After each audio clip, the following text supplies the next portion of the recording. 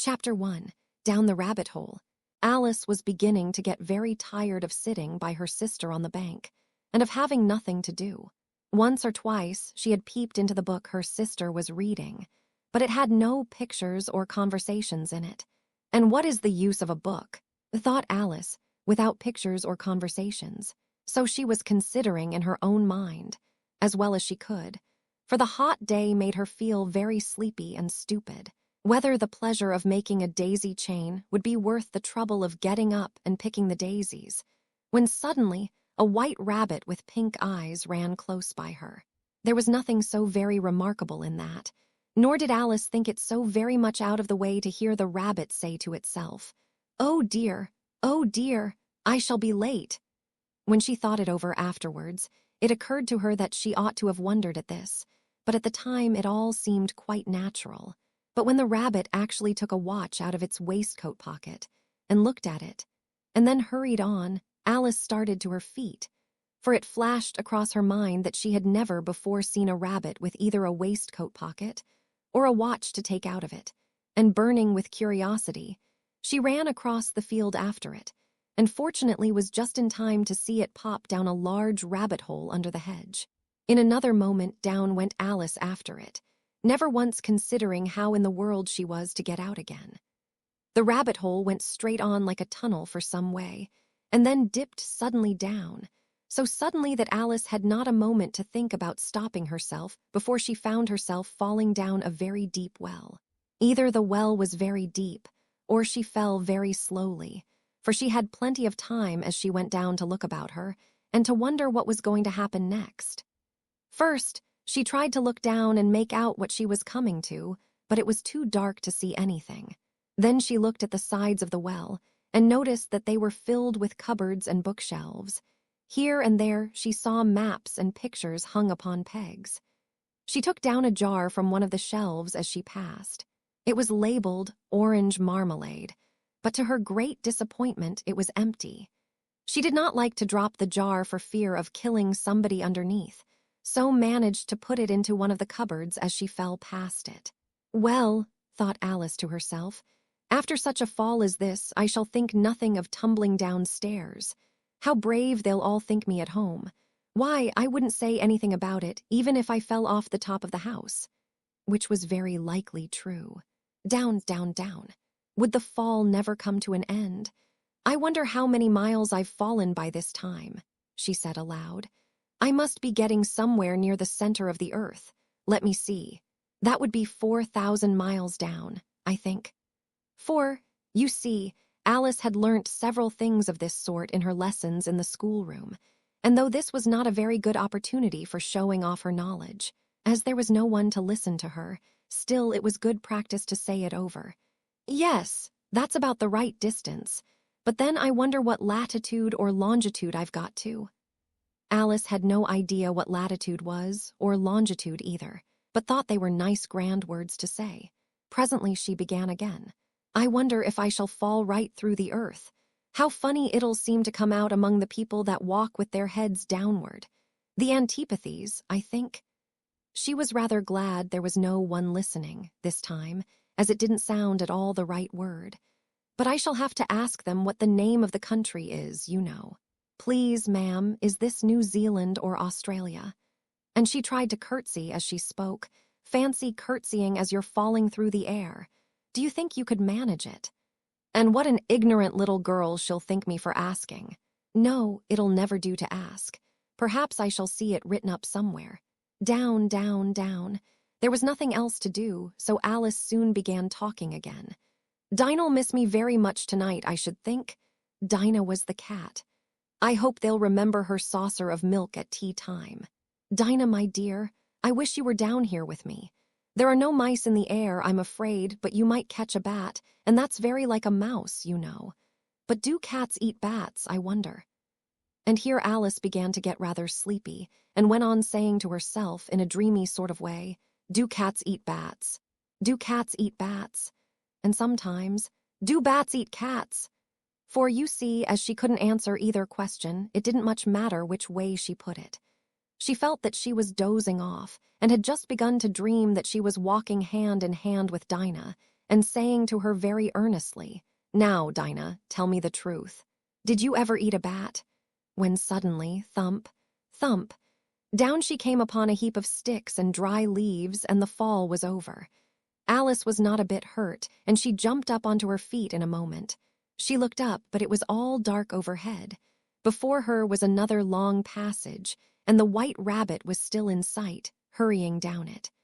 There was not a moment to be lost. Away went Alice like the wind, and was just in time to hear it say, as it turned a corner, "Oh, my ears and whiskers, how late it's getting." She was close behind it when she turned the corner, but the rabbit was no longer to be seen.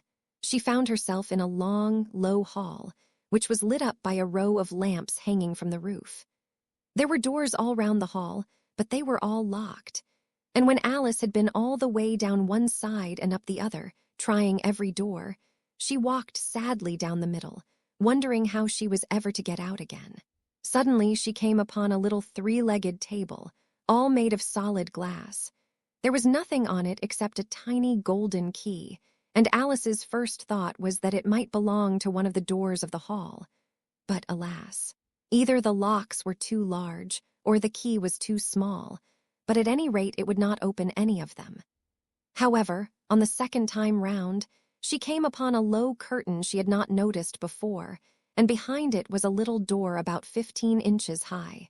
She tried the little golden key in the lock, and to her great delight it fitted. Alice opened the door and found that it led into a small passage, not much larger than a rat hole. She knelt down and looked along the passage into the loveliest garden you ever saw. How she longed to get out of that dark hall and wander about among those beds of bright flowers and those cool fountains, but she could not even get her head through the doorway. "And even if my head would go through," thought poor Alice, "it would be of very little use without my shoulders. Oh, how I wish I could shut up like a telescope. I think I could if I only knew how to begin." For, you see, so many out-of-the-way things had happened lately that Alice had begun to think that very few things indeed were really impossible. There seemed to be no use in waiting by the little door, so she went back to the table, half hoping she might find another key on it, or at any rate a book of rules for shutting people up like telescopes. This time she found a little bottle on it, "which certainly was not here before," said Alice, and round the neck of the bottle was a paper label with the words "Drink me" beautifully printed on it in large letters. It was all very well to say "Drink me," but the wise little Alice was not going to do that in a hurry.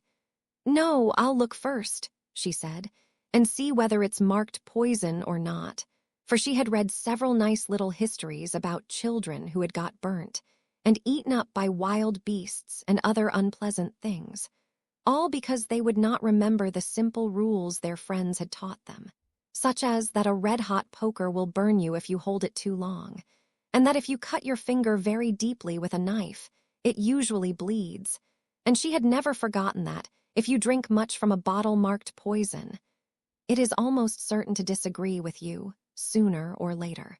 However, this bottle was not marked poison, so Alice ventured to taste it, and finding it very nice. It had, in fact, a sort of mixed flavor of cherry tart, custard, pineapple, roast turkey, toffee, and hot buttered toast. She very soon finished it off. "What a curious feeling," said Alice.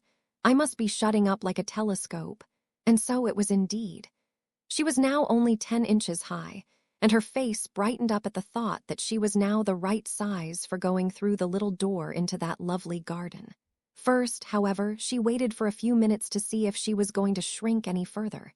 She felt a little nervous about this.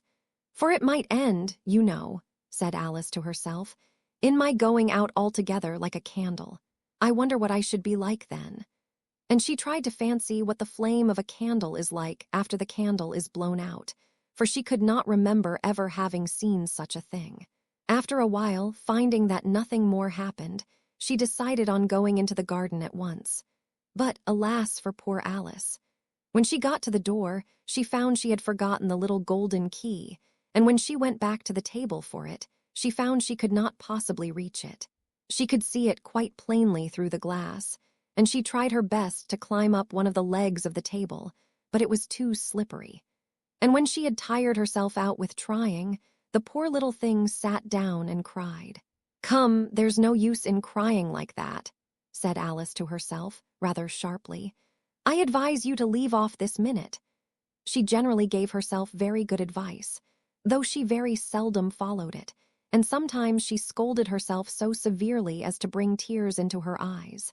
And once she remembered trying to box her own ears for having cheated herself in a game of croquet she was playing against herself. For this curious child was very fond of pretending to be two people. "But it's no use now," thought poor Alice, "to pretend to be two people. Why, there's hardly enough of me left to make one respectable person." Soon her eye fell on a little glass box that was lying under the table. She opened it and found in it a very small cake, on which the words "Eat me" were beautifully marked in currants. "Well, I'll eat it," said Alice, "and if it makes me grow larger, I can reach the key. And if it makes me grow smaller, I can creep under the door. So either way I'll get into the garden, and I don't care which happens." She ate a little bit and said anxiously to herself, "Which way? Which way?" holding her hand on the top of her head to feel which way it was growing, and she was quite surprised to find that she remained the same size. To be sure, this generally happens when one eats cake, but Alice had got so much into the way of expecting nothing but out-of-the-way things to happen, that it seemed quite dull and stupid for life to go on in the common way. So she set to work and very soon finished off the cake. Chapter 2. The Pool of Tears. "Curiouser and curiouser," cried Alice. She was so much surprised that for the moment she quite forgot how to speak good English. "Now I'm opening out like the largest telescope that ever was. Goodbye, feet." For when she looked down at her feet, they seemed to be almost out of sight. They were getting so far off. "Oh, my poor little feet. I wonder who will put on your shoes and stockings for you now, dears. I'm sure I shan't be able. I shall be a great deal too far off to trouble myself about you. You must manage the best way you can. But I must be kind to them," thought Alice. "Or perhaps they won't walk the way I want to go. Let me see, I'll give them a new pair of boots every Christmas." And she went on planning to herself how she would manage it. "They must go by the carrier," she thought. "And how funny it'll seem, sending presents to one's own feet, and how odd the directions will look. Alice's right foot, Esquire. Hearthrug. Near the fender. Oh dear, what nonsense I'm talking." Just then her head struck against the roof of the hall. In fact, she was now more than 9 feet high, and she at once took up the little golden key and hurried off to the garden door. Poor Alice! It was as much as she could do, lying down on one side, to look through into the garden with one eye. But to get through was more hopeless than ever. She sat down and began to cry again. "You ought to be ashamed of yourself," said Alice. "A great girl like you," she might well say this, "to go on crying in this way. Stop this moment, I tell you." But she went on all the same, shedding gallons of tears, until there was a large pool all round her, about 4 inches deep and reaching half down the hall.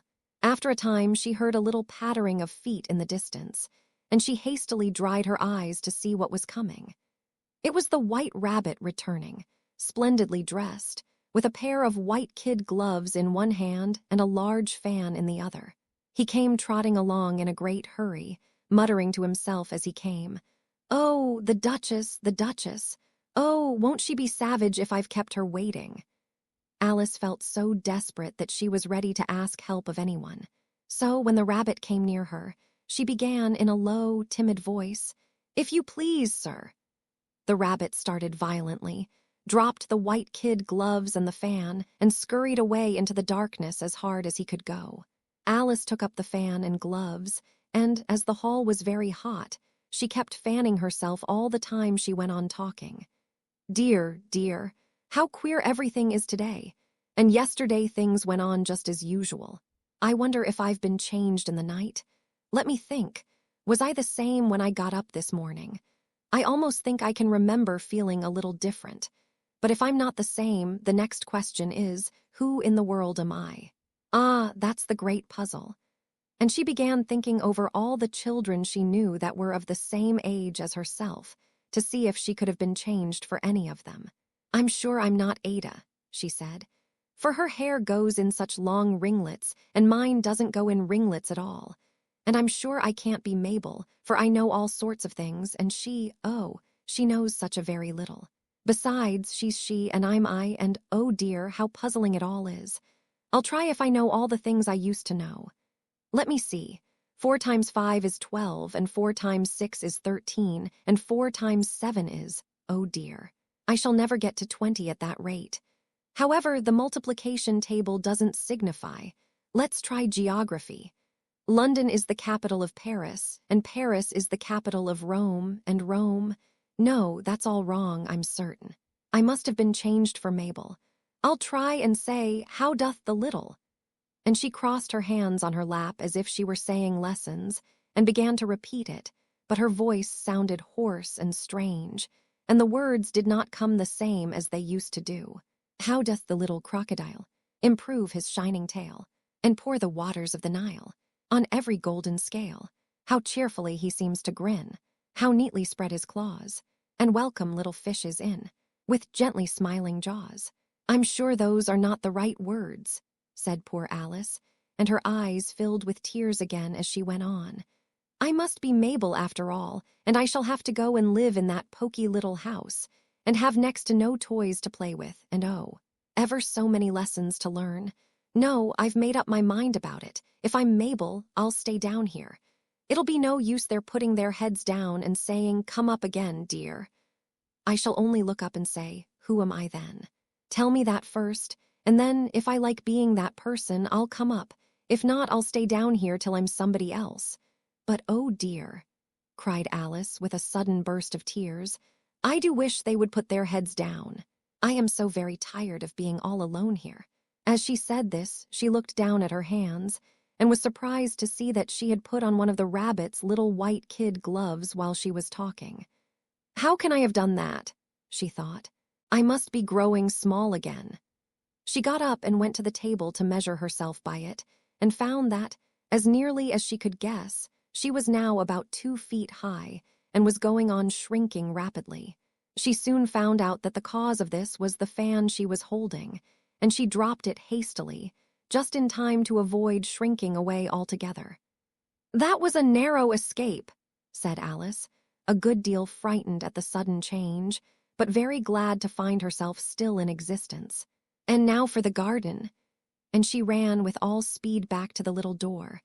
But alas, the little door was shut again, and the little golden key was lying on the glass table as before. And things are worse than ever, thought the poor child, for I never was so small as this before, never. And I declare it's too bad, that it is. As she said these words, her foot slipped, and in another moment, splash, she was up to her chin in salt water. Her first idea was that she had somehow fallen into the sea, and in that case I can go back by railway, she said to herself. Alice had been to the seaside once in her life, and had come to the general conclusion that wherever you go to on the English coast, you find a number of bathing machines in the sea, some children digging in the sand with wooden spades, then a row of lodging houses, and behind them a railway station. However, she soon made out that she was in the pool of tears which she had wept when she was 9 feet high. I wish I hadn't cried so much, said Alice, as she swam about, trying to find her way out. I shall be punished for it now, I suppose, by being drowned in my own tears. That will be a queer thing, to be sure. However, everything is queer today. Just then she heard something splashing about in the pool a little way off, and she swam nearer to make out what it was. At first, she thought it must be a walrus or hippopotamus, but then she remembered how small she was now, and she soon made out that it was only a mouse that had slipped in like herself. Would it be of any use now, thought Alice, to speak to this mouse? Everything is so out of the way down here that I should think very likely it can talk. At any rate, there's no harm in trying. So she began. Oh, mouse, do you know the way out of this pool? I am very tired of swimming about here, oh mouse. Alice thought this must be the right way of speaking to a mouse. She had never done such a thing before, but she remembered having seen in her brother's Latin grammar, a mouse of a mouse, to a mouse, oh mouse. The mouse looked at her rather inquisitively, and seemed to her to wink with one of its little eyes, but it said nothing. Perhaps it doesn't understand English, thought Alice. I dare say it's a French mouse, come over with William the Conqueror. For, with all her knowledge of history, Alice had no very clear notion how long ago anything had happened. So she began again. Où est ma chat? Which was the first sentence in her French lesson book. The mouse gave a sudden leap out of the water and seemed to quiver all over with fright. Oh, I beg your pardon, cried Alice hastily, afraid that she had hurt the poor animal's feelings. I quite forgot you didn't like cats. Not like cats, cried the mouse in a shrill, passionate voice. Would you like cats if you were me? Well, perhaps not, said Alice in a soothing tone. Don't be angry about it. And yet I wish I could show you our cat Dinah. I think you'd take a fancy to cats if you could only see her. She is such a dear quiet thing, Alice went on, half to herself, as she swam lazily about in the pool. And she sits purring so nicely by the fire, licking her paws and washing her face. And she is such a nice soft thing to nurse. And she's such a capital one for catching mice. Oh, I beg your pardon, cried Alice again, for this time the mouse was bristling all over, and she felt certain it must be really offended. We won't talk about her any more if you'd rather not. We indeed, cried the mouse, who was trembling down to the end of his tail. As if I would talk on such a subject. Our family always hated cats, nasty, low, vulgar things. Don't let me hear the name again. I won't indeed, said Alice, in a great hurry to change the subject of conversation. Are you fond of dogs? The mouse did not answer, so Alice went on eagerly. There is such a nice little dog near our house I should like to show you. A little bright-eyed terrier, you know, with such long curly brown hair. And it'll fetch things when you throw them, and it'll sit up and beg for its dinner and all sorts of things. I can't remember half of them. And it belongs to a farmer, you know, and he says it's so useful, it's worth £100. He says it kills all the rats and, oh dear, cried Alice in a sorrowful tone, I'm afraid I've offended it again. For the mouse was swimming away from her as hard as it could go, and making quite a commotion in the pool as it went. So she called softly after it, Mouse dear, do come back again, and we won't talk about cats or dogs either if you don't like them. When the mouse heard this, it turned round and swam slowly back to her. Its face was quite pale, with passion, Alice thought, and it said in a low, trembling voice, Let us get to the shore, and then I'll tell you my history, and you'll understand why it is I hate cats and dogs. It was high time to go, for the pool was getting quite crowded with the birds and animals that had fallen into it. There were a duck and a dodo, a lory and an eaglet, and several other curious creatures. Alice led the way, and the whole party swam to the shore. Chapter 3. A caucus race and a long tail. They were indeed a queer-looking party that assembled on the bank. The birds with draggled feathers, the animals with their fur clinging close to them, and all dripping wet, cross, and uncomfortable. The first question, of course, was how to get dry again. They had a consultation about this, and after a few minutes it seemed quite natural to Alice to find herself talking familiarly with them, as if she had known them all her life. Indeed, she had quite a long argument with the lory, who at last turned sulky, and would only say, I am older than you and must know better. And this Alice would not allow without knowing how old it was, and as the lory positively refused to tell its age, there was no more to be said. At last the mouse, who seemed to be a person of authority among them, called out, Sit down, all of you, and listen to me. I'll soon make you dry enough. They all sat down at once, in a large ring with the mouse in the middle. Alice kept her eyes anxiously fixed on it, for she felt sure she would catch a bad cold if she did not get dry very soon. Ahem, said the mouse with an important air. Are you all ready? This is the driest thing I know. Silence all round, if you please. William the Conqueror, whose cause was favored by the Pope, was soon submitted to by the English, who wanted leaders, and had been of late much accustomed to usurpation and conquest. Edwin and Morcar, the Earls of Mercia and Northumbria. Said the lory with a shiver. I beg your pardon, said the mouse, frowning but very politely. Did you speak? Not I, said the lory hastily. I thought you did, said the mouse. I proceed. Edwin and Morcar, the Earls of Mercia and Northumbria, declared for him, and even Stigand, the patriotic Archbishop of Canterbury, found it advisable. Found what? Said the duck. Found it, the mouse replied rather crossly. Of course you know what it means.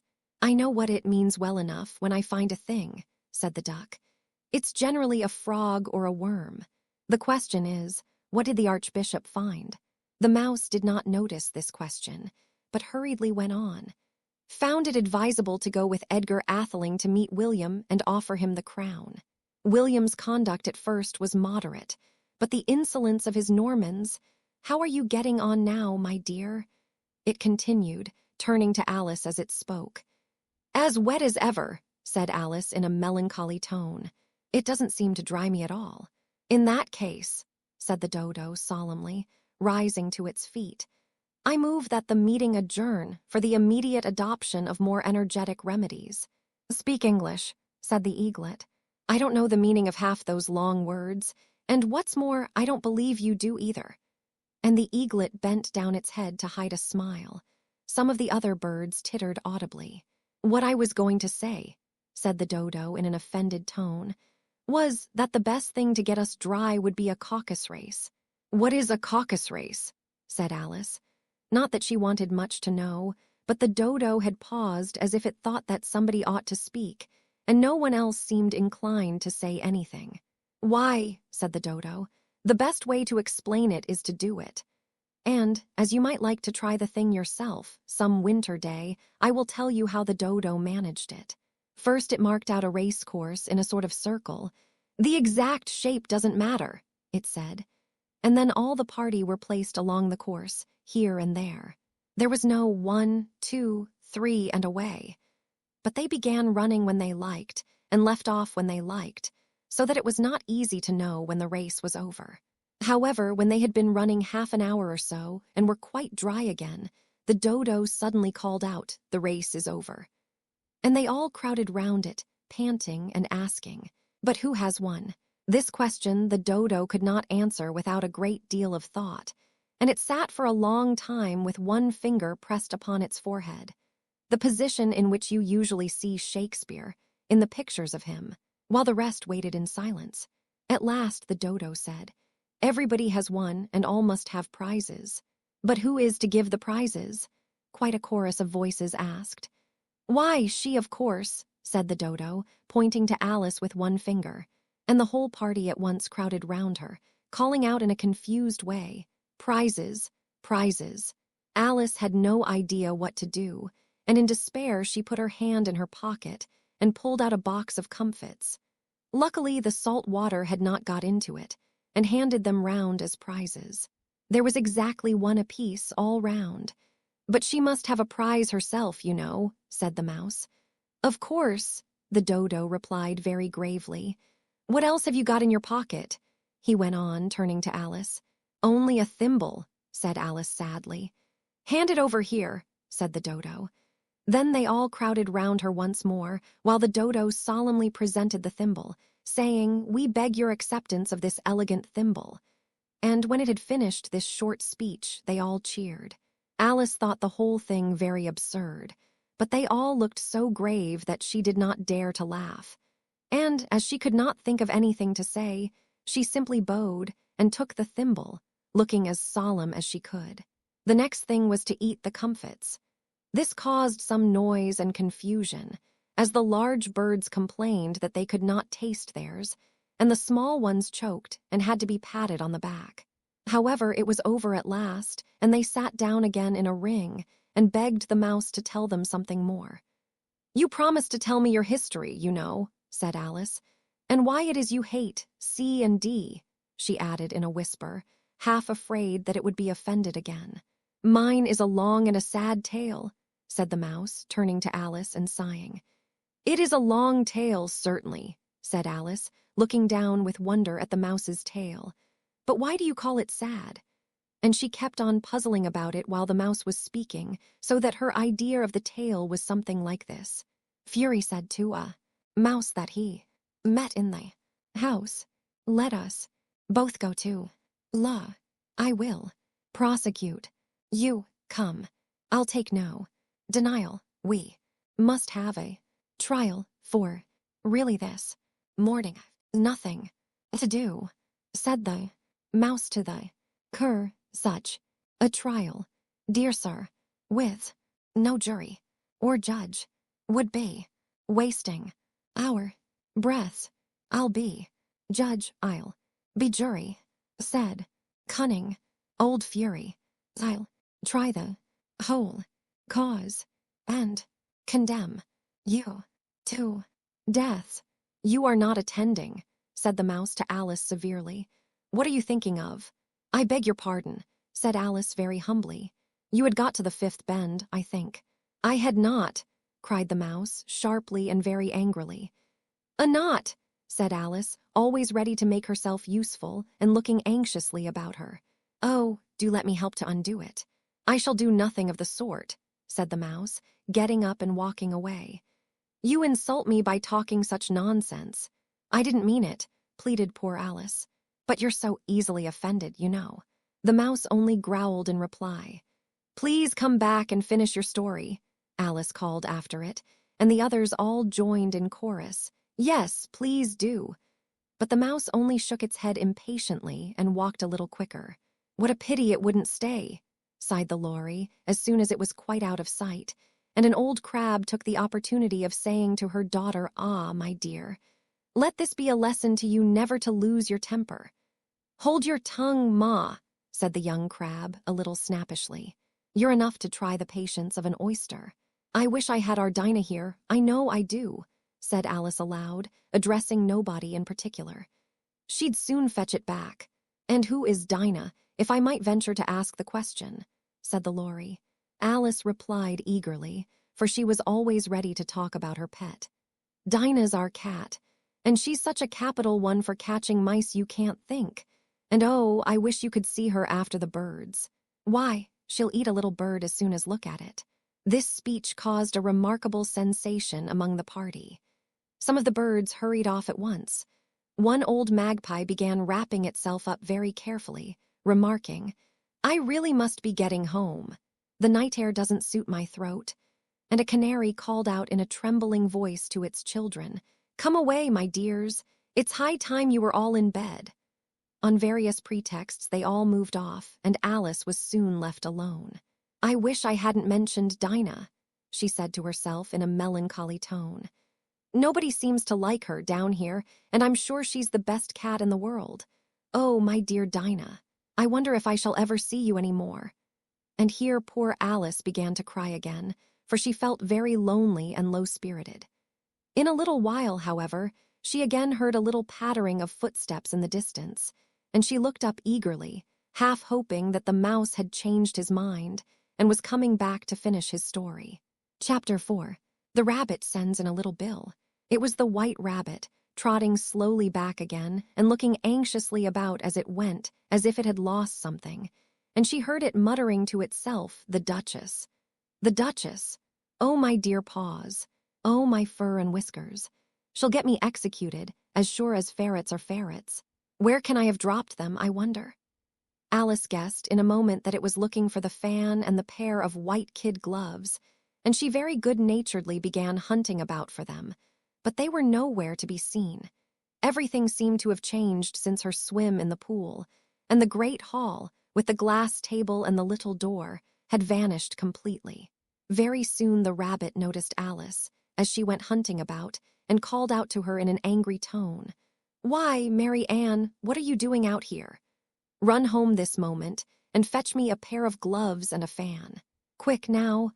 And Alice was so much frightened that she ran off at once in the direction it pointed to, without trying to explain the mistake it had made. He took me for his housemaid, she said to herself as she ran. How surprised he'll be when he finds out who I am. But I'd better take him his fan and gloves, that is, if I can find them. As she said this, she came upon a neat little house, on the door of which was a bright brass plate with the name W. Rabbit engraved upon it. She went in without knocking and hurried upstairs, in great fear lest she should meet the real Mary Ann, and be turned out of the house before she had found the fan and gloves. How queer it seems, Alice said to herself, to be going messages for a rabbit. I suppose Dinah'll be sending me on messages next. And she began fancying the sort of thing that would happen. Miss Alice, come here directly and get ready for your walk. Coming in a minute, nurse, but I've got to see that the mouse doesn't get out. Only I don't think, Alice went on, that they'd let Dinah stop in the house if it began ordering people about like that. By this time, she had found her way into a tidy little room with a table in the window. And on it, as she had hoped, a fan and 2 or 3 pairs of tiny white kid gloves. She took up the fan and a pair of the gloves and was just going to leave the room when her eye fell upon a little bottle that stood near the looking-glass. There was no label this time with the words, "Drink M.E." But nevertheless, she uncorked it and put it to her lips. I know something interesting is sure to happen, she said to herself, whenever I eat or drink anything, so I'll just see what this bottle does. I do hope it'll make me grow large again, for really I'm quite tired of being such a tiny little thing. It did so indeed, and much sooner than she had expected. Before she had drunk half the bottle, she found her head pressing against the ceiling and had to stoop to save her neck from being broken. She hastily put down the bottle, saying to herself, that's quite enough. I hope I shan't grow any more. As it is, I can't get out at the door. I do wish I hadn't drunk quite so much. Alas, it was too late to wish that. She went on growing, and very soon had to kneel down on the floor. In another minute, there was not even room for this, and she tried the effect of lying down with one elbow against the door and the other arm curled round her head. Still she went on growing, and, as a last resource, she put one arm out of the window and one foot up the chimney, and said to herself, now I can do no more, whatever happens. What will become of me? Luckily for Alice, the little magic bottle had now had its full effect, and she grew no larger. Still, it was very uncomfortable, and, as there seemed to be no sort of chance of her ever getting out of the room again, no wonder she felt unhappy. It was much pleasanter at home, thought poor Alice, when one wasn't always growing larger and smaller and being ordered about by mice and rabbits. I almost wish I hadn't gone down that rabbit hole, and yet, it's rather curious, this sort of life. I do wonder what can have happened to me. When I used to read fairy tales, I fancied that kind of thing never happened, and now here I am in the middle of one. There ought to be a book written about me, that there ought. And when I grow up, I'll write one. But I'm grown up now, she added in a sorrowful tone. At least there's no room to grow up any more here. But then, thought Alice, shall I never get any older than I am now? That'll be a comfort, one way, never to be an old woman. But then always to have lessons to learn. Oh, I shouldn't like that. Oh, you foolish Alice, she answered herself. How can you learn lessons in here? Why, there's hardly room for you, and no room at all for any lesson books. And so she went on, taking first one side and then the other, and making quite a conversation of it altogether. But after a few minutes she heard a voice outside and stopped to listen. Mary Ann, said the voice. Fetch me my gloves this moment. Then came a little pattering of feet on the stairs. Alice knew it was the rabbit coming to look for her, and she trembled till she shook the house, quite forgetting that she was now about 1,000 times as large as the rabbit, and had no reason to be afraid of it. Presently the rabbit came up to the door and tried to open it. But as the door opened inwards, and Alice's elbow was pressed hard against it, that attempt proved a failure. Alice heard it say to itself, then I'll go round and get in at the window. That you won't, thought Alice, and after waiting till she fancied she heard the rabbit just under the window, she suddenly spread out her hand and made a snatch in the air. She did not get hold of anything, but she heard a little shriek and a fall, and a crash of broken glass, from which she concluded that it was just possible it had fallen into a cucumber frame, or something of the sort. Next came an angry voice, the rabbit's. Pat, where are you? And then a voice she had never heard before, sure then I'm here, digging for apples, your honor. Digging for apples indeed, said the rabbit angrily. Here, come and help me out of this. Sounds of more broken glass. Now tell me, Pat, what's that in the window? Sure, it's an arm, your honor. He pronounced it a rum. An arm, you goose. Whoever saw one that size? Why, it fills the whole window. Sure it does, your honor, but it's an arm for all that. Well, it's got no business there at any rate. Go and take it away. There was a long silence after this, and Alice could only hear whispers now and then, such as, sure, I don't like it, your honor, at all. Do as I tell you, you coward. And at last she spread out her hand again and made another snatch in the air. This time there were 2 little shrieks and more sounds of broken glass. What a number of cucumber frames there must be, thought Alice. I wonder what they'll do next. As for pulling me out of the window, I only wish they could. I'm sure I don't want to stay in here any longer. She waited for some time without hearing anything more. At last came a rumbling of little cartwheels and the sound of a good many voices all talking together. She made out the words. Where's the other ladder? Why, I hadn't to bring but one. Bill's got the other, Bill. Fetch it here, lad.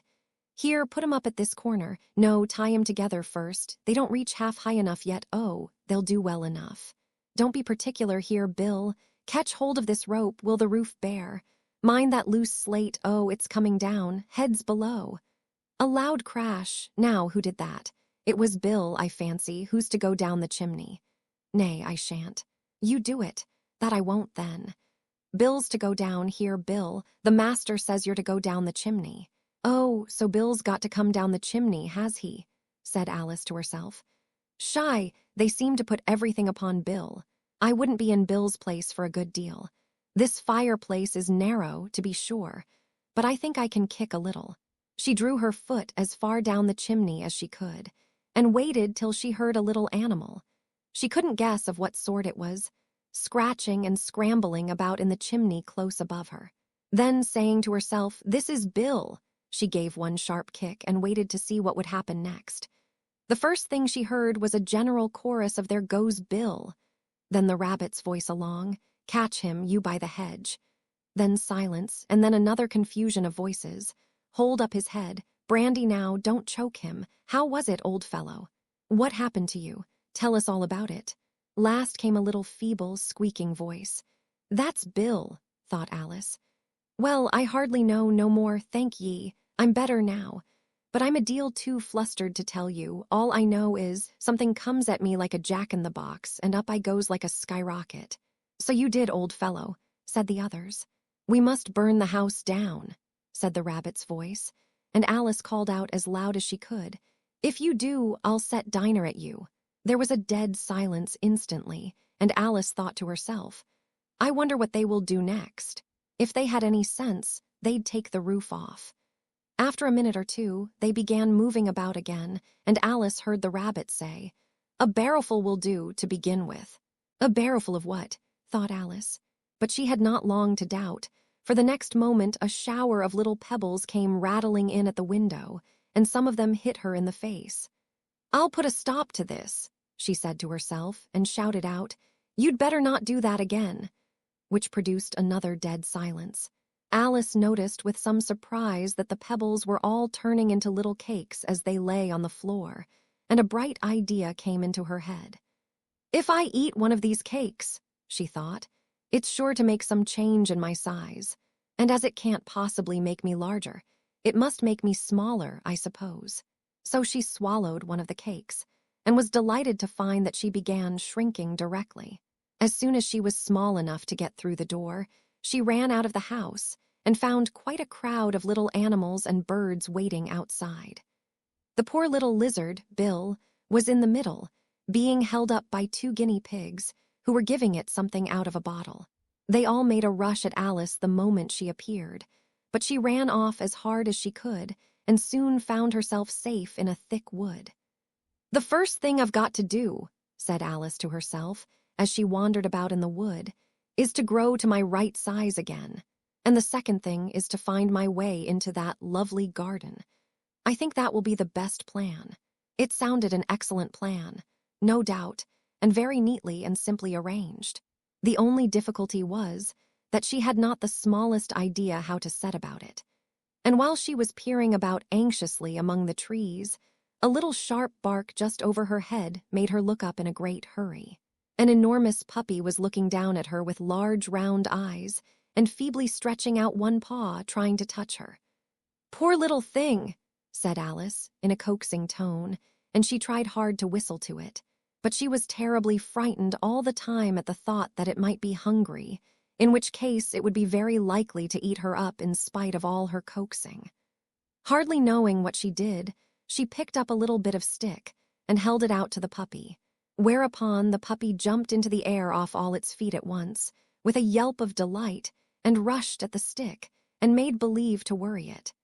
Then Alice dodged behind a great thistle to keep herself from being run over, and the moment she appeared on the other side, the puppy made another rush at the stick and tumbled head over heels in its hurry to get hold of it. Then Alice, thinking it was very like having a game of play with a cart horse, and expecting every moment to be trampled under its feet, ran round the thistle again. Then the puppy began a series of short charges at the stick, running a very little way forwards each time and a long way back, and barking hoarsely all the while, till at last it sat down a good way off, panting, with its tongue hanging out of its mouth, and its great eyes half shut. This seemed to Alice a good opportunity for making her escape, so she set off at once, and ran till she was quite tired and out of breath, until the puppy's bark sounded quite faint in the distance. "And yet what a dear little puppy it was," said Alice, as she leant against a buttercup to rest herself and fanned herself with one of the leaves. "I should have liked teaching it tricks very much if I'd only been the right size to do it. Oh dear, I'd nearly forgotten that I've got to grow up again. Let me see, how is it to be managed? I suppose I ought to eat or drink something or other, but the great question is, what?" The great question certainly was, what? Alice looked all round her at the flowers and the blades of grass, but she did not see anything that looked like the right thing to eat or drink under the circumstances. There was a large mushroom growing near her, about the same height as herself, and when she had looked under it, and on both sides of it, and behind it, it occurred to her that she might as well look and see what was on the top of it. She stretched herself up on tiptoe and peeped over the edge of the mushroom, and her eyes immediately met those of a large blue caterpillar that was sitting on the top with its arms folded, quietly smoking a long hookah and taking not the smallest notice of her or of anything else. Chapter 5. Advice from a Caterpillar. The caterpillar and Alice looked at each other for some time in silence. At last the caterpillar took the hookah out of its mouth and addressed her in a languid, sleepy voice. "Who are you?" said the caterpillar. This was not an encouraging opening for a conversation. Alice replied, rather shyly, I hardly know, sir, just at present. At least I know who I was when I got up this morning, but I think I must have been changed several times since then." "What do you mean by that?" said the caterpillar sternly. "Explain yourself." "I can't explain myself, I'm afraid, sir," said Alice, "because I'm not myself, you see." "I don't see," said the caterpillar. "I'm afraid I can't put it more clearly," Alice replied very politely, "for I can't understand it myself to begin with, and being so many different sizes in a day is very confusing." "It isn't," said the caterpillar. "Well, perhaps you haven't found it so yet," said Alice, "but when you have to turn into a chrysalis, you will someday, you know, and then after that into a butterfly, I should think you'll feel it a little queer, won't you?" "Not a bit," said the caterpillar. "Well, perhaps your feelings may be different," said Alice. "All I know is, it would feel very queer to me." "You," said the caterpillar contemptuously. "Who are you?" Which brought them back again to the beginning of the conversation. Alice felt a little irritated at the caterpillar's making such very short remarks, and she drew herself up and said, very gravely, "I think you ought to tell me who you are first." "Why?" said the caterpillar. Here was another puzzling question, and as Alice could not think of any good reason, and as the caterpillar seemed to be in a very unpleasant state of mind, she turned away. "Come back," the caterpillar called after her. "I've something important to say." This sounded promising, certainly. Alice turned and came back again. "Keep your temper," said the caterpillar. "Is that all?" said Alice, swallowing down her anger as well as she could. "No," said the caterpillar. Alice thought she might as well wait, as she had nothing else to do, and perhaps after all it might tell her something worth hearing. For some minutes it puffed away without speaking, but at last it unfolded its arms, took the hookah out of its mouth again, and said, "So you think you're changed, do you?" "I'm afraid I am, sir," said Alice. "I can't remember things as I used, and I don't keep the same size for 10 minutes together." "Can't remember what things?" said the caterpillar. "Well, I've tried to say, 'How doth the little busy bee?' but it all came different."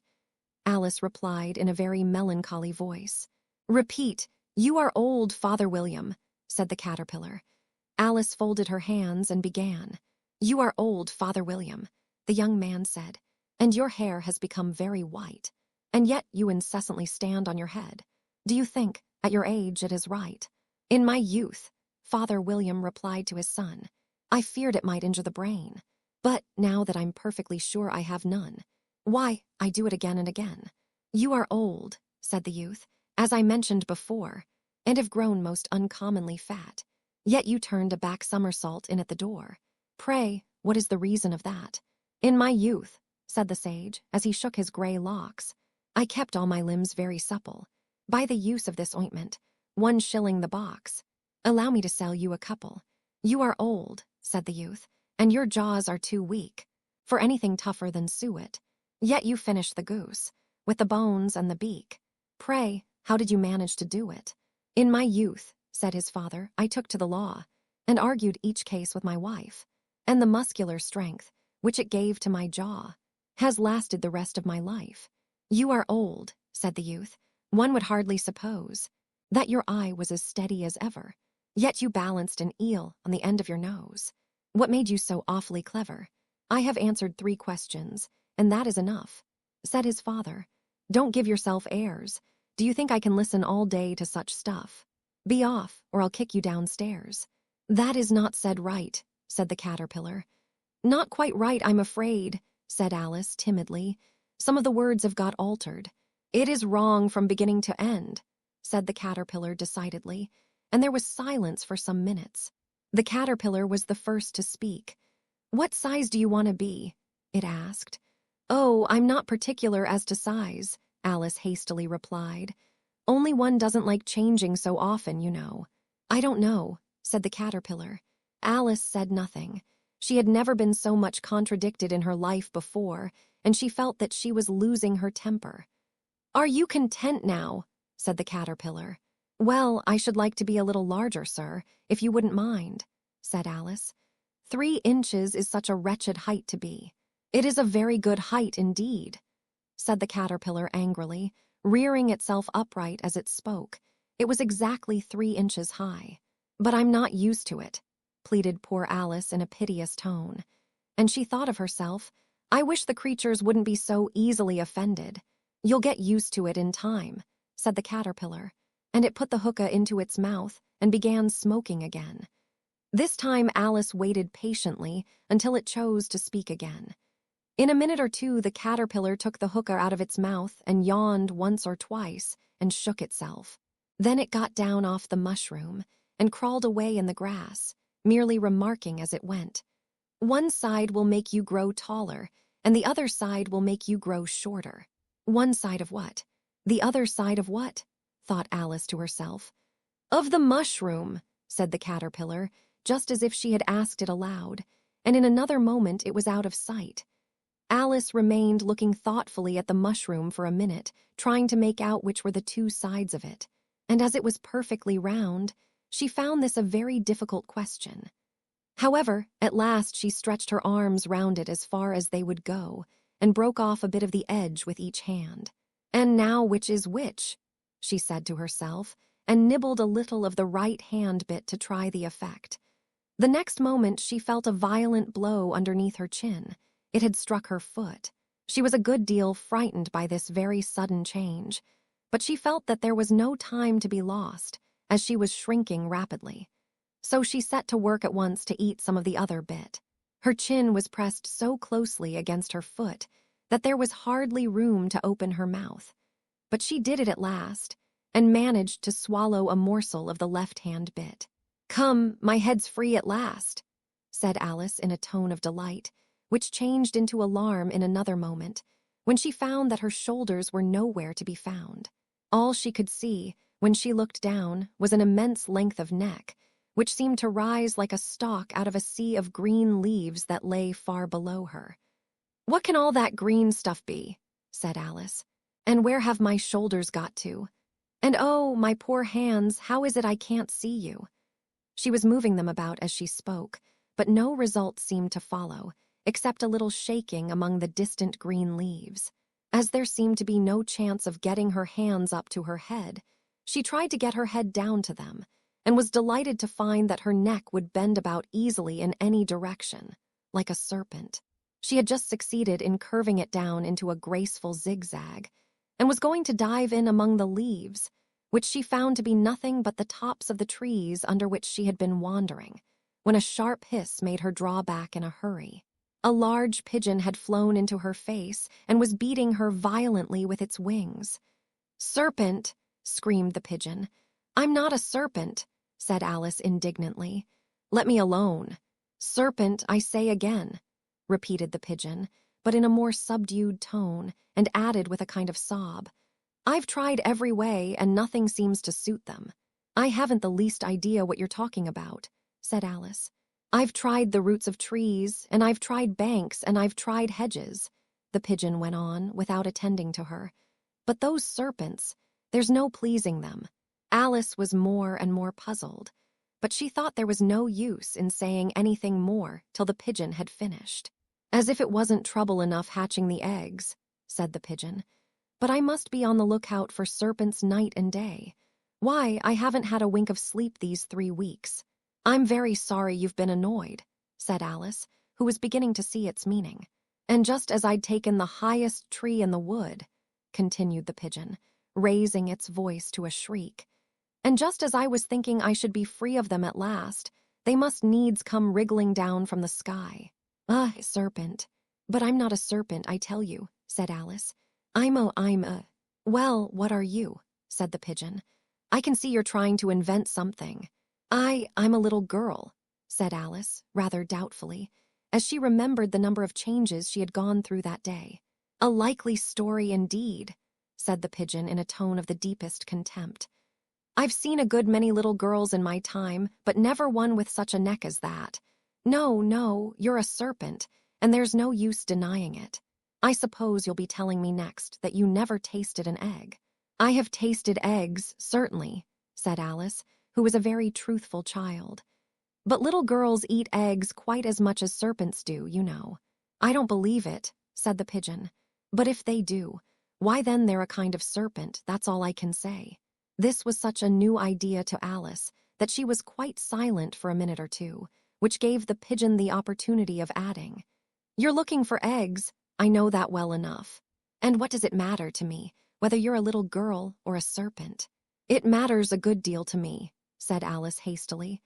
"But I'm not looking for eggs, as it happens, and if I was, I shouldn't want yours.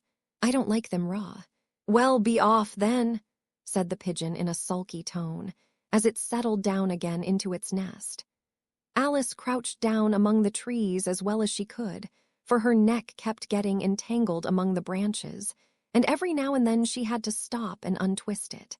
After a while she remembered that she still held the pieces of mushroom in her hands, and she set to work very carefully, nibbling first at one and then at the other, and growing sometimes taller and sometimes shorter, until she had succeeded in bringing herself down to her usual height.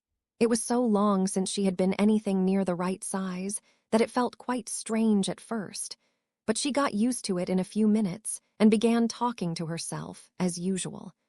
"Come, there's half my plan done now. How puzzling all these changes are. I'm never sure what I'm going to be from one minute to another.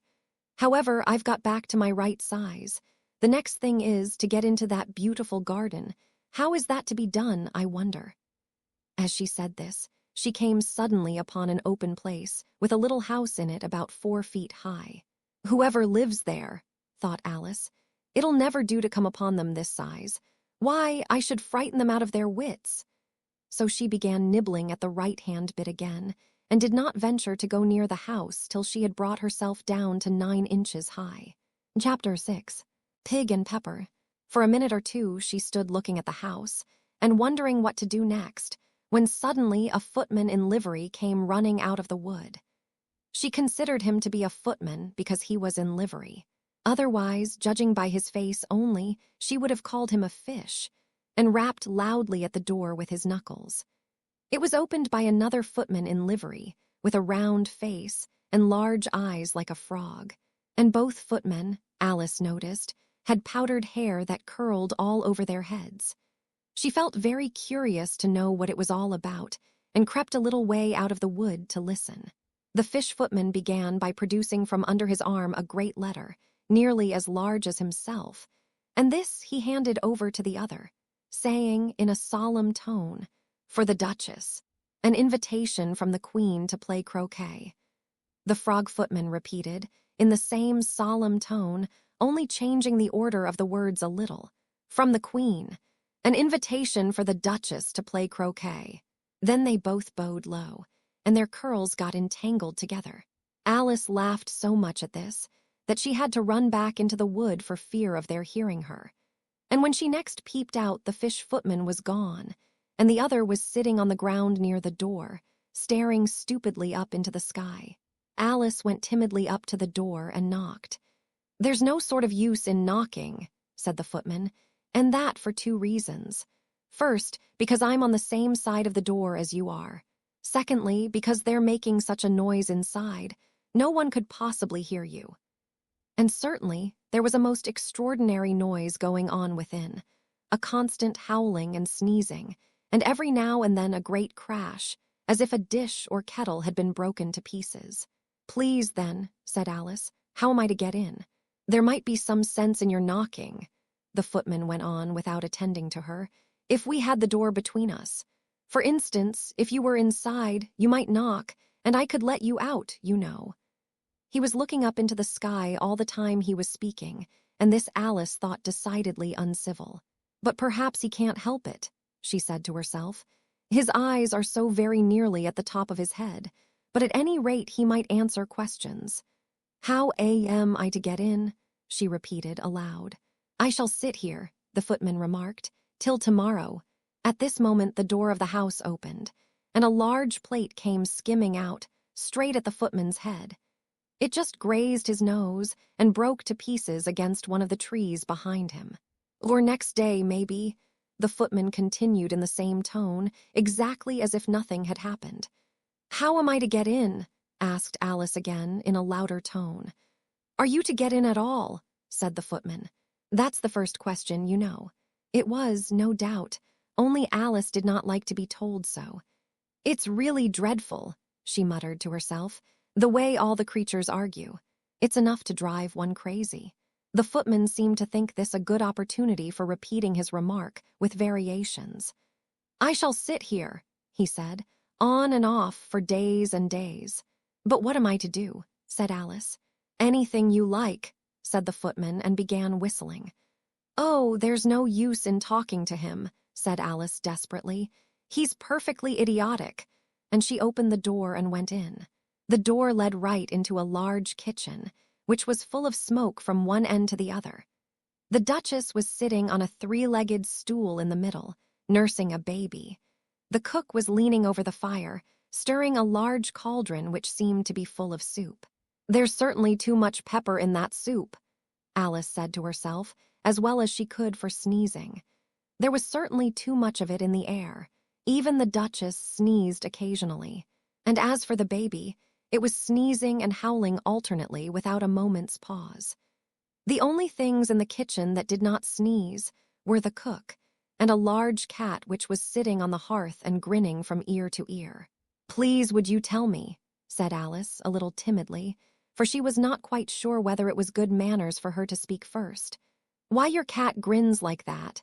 "It's a Cheshire cat," said the Duchess, "and that's why." "Pig." She said the last word with such sudden violence that Alice quite jumped. But she saw in another moment that it was addressed to the baby, and not to her, so she took courage and went on again. "I didn't know that Cheshire cats always grinned. In fact, I didn't know that cats could grin." "They all can," said the Duchess, "and most of 'em do." "I don't know of any that do," Alice said very politely, feeling quite pleased to have got into a conversation. "You don't know much," said the Duchess, "and that's a fact." Alice did not at all like the tone of this remark, and thought it would be as well to introduce some other subject of conversation. While she was trying to fix on one, the cook took the cauldron of soup off the fire, and at once set to work throwing everything within her reach at the Duchess and the baby. The fire irons came first. Then followed a shower of saucepans, plates, and dishes. The Duchess took no notice of them even when they hit her, and the baby was howling so much already that it was quite impossible to say whether the blows hurt it or not. "Oh, please mind what you're doing," cried Alice, jumping up and down in an agony of terror. "Oh, there goes his precious nose," as an unusually large saucepan flew close by it and very nearly carried it off. "If everybody minded their own business," the Duchess said in a hoarse growl, "the world would go round a deal faster than it does." "Which would not be an advantage," said Alice, who felt very glad to get an opportunity of showing off a little of her knowledge. "Just think of what work it would make with the day and night. You see, the Earth takes 24 hours to turn round on its axis." "Talking of axes," said the Duchess, "chop off her head." Alice glanced rather anxiously at the cook to see if she meant to take the hint, but the cook was busily stirring the soup and seemed not to be listening, so she went on again. 24 hours, I think, or is it 12? Oh, don't bother me," said the Duchess. "I never could abide figures." And with that she began nursing her child again, singing a sort of lullaby to it as she did so, and giving it a violent shake at the end of every line. "Speak roughly to your little boy, and beat him when he sneezes. He only does it to annoy, because he knows it teases." Wow, wow, wow. While the Duchess sang the second verse of the song, she kept tossing the baby violently up and down, and the poor little thing howled so that Alice could hardly hear the words. "I speak severely to my boy. I beat him when he sneezes, for he can thoroughly enjoy the pepper when he pleases. Wow, wow, wow. Here, you may nurse it a bit if you like," the Duchess said to Alice, flinging the baby at her as she spoke. "I must go and get ready to play croquet with the Queen," and she hurried out of the room. The cook threw a frying pan after her as she went out, but it just missed her. Alice caught the baby with some difficulty, as it was a queer-shaped little creature, and held out its arms and legs in all directions. "Just like a starfish," thought Alice. The poor little thing was snorting like a steam engine when she caught it, and kept doubling itself up and straightening itself out again, so that altogether, for the first minute or two, it was as much as she could do to hold it. As soon as she had made out the proper way of nursing it, which was to twist it up into a sort of knot, and then keep tight hold of its right ear and left foot, so as to prevent its undoing itself, she carried it out into the open air. "If I don't take this child away with me," thought Alice, "they're sure to kill it in a day or two. Wouldn't it be murder to leave it behind?" She said the last words out loud, and the little thing grunted in reply. It had left off sneezing by this time. "Don't grunt," said Alice. "That's not at all a proper way of expressing yourself." The baby grunted again, and Alice looked very anxiously into its face to see what was the matter with it. There could be no doubt that it had a very turn-up nose, much more like a snout than a real nose. Also, its eyes were getting extremely small for a baby. Altogether, Alice did not like the look of the thing at all. But perhaps it was only sobbing, she thought, and looked into its eyes again to see if there were any tears. No, there were no tears. "If you're going to turn into a pig, my dear," said Alice seriously, "I'll have nothing more to do with you. Mind now." The poor little thing sobbed again, or grunted. It was impossible to say which, and they went on for some while in silence. Alice was just beginning to think to herself, "Now, what am I to do with this creature when I get it home?" when it grunted again, so violently that she looked down into its face in some alarm. This time there could be no mistake about it. It was neither more nor less than a pig, and she felt that it would be quite absurd for her to carry it further. So she set the little creature down, and felt quite relieved to see it trot away quietly into the wood. If it had grown up, she said to herself, it would have made a dreadfully ugly child, but it makes rather a handsome pig, I think. And she began thinking over other children she knew, who might do very well as pigs, and was just saying to herself, if one only knew the right way to change them, when she was a little startled by seeing the Cheshire Cat sitting on a bough of a tree a few yards off. The cat only grinned when it saw Alice. It looked good-natured, she thought. Still, it had very long claws and a great many teeth, so she felt that it ought to be treated with respect. Cheshire Puss, she began rather timidly, as she did not at all know whether it would like the name. However, it only grinned a little wider. Come, it's pleased so far, thought Alice, and she went on. Would you tell me, please, which way I ought to go from here? That depends a good deal on where you want to get to, said the cat. I don't much care where, said Alice. Then it doesn't matter which way you go, said the cat. So long as I get somewhere, Alice added as an explanation. Oh, you're sure to do that, said the cat, if you only walk long enough. Alice felt that this could not be denied, so she tried another question. What sort of people live about here? In that direction, the cat said, waving its right paw round, lives a hatter, and in that direction, waving the other paw, lives a March hare. Visit either you like. They're both mad. But I don't want to go among mad people, Alice remarked. Oh, you can't help that, said the cat. We're all mad here. I'm mad, you're mad. How do you know I'm mad? Said Alice. You must be, said the cat, or you wouldn't have come here. Alice didn't think that proved it at all. However, she went on, and how do you know that you're mad? To begin with, said the cat, a dog's not mad. You grant that. I suppose so, said Alice. Well then, the cat went on, you see, a dog growls when it's angry and wags its tail when it's pleased. Now I growl when I'm pleased and wag my tail when I'm angry. Therefore I'm mad. I call it purring, not growling, said Alice. Call it what you like, said the cat. Do you play croquet with the Queen today? I should like it very much, said Alice, but I haven't been invited yet. You'll see me there, said the cat and vanished. Alice was not much surprised at this. She was getting so used to queer things happening. While she was looking at the place where it had been, it suddenly appeared again. By the by, what became of the baby? Said the cat. I'd nearly forgotten to ask. It turned into a pig, Alice quietly said, just as if it had come back in a natural way. I thought it would, said the cat and vanished again. Alice waited a little, half expecting to see it again, but it did not appear, and after a minute or two she walked on in the direction in which the March hare was said to live. I've seen hatters before, she said to herself. The March hare will be much the most interesting, and perhaps as this is May it won't be raving mad, at least not so mad as it was in March. As she said this, she looked up, and there was the cat again, sitting on a branch of a tree. Did you say pig or fig? Said the cat. I said pig, replied Alice, and I wish you wouldn't keep appearing and vanishing so suddenly. You make one quite giddy. All right, said the cat, and this time it vanished quite slowly, beginning with the end of the tail and ending with the grin, which remained some time after the rest of it had gone.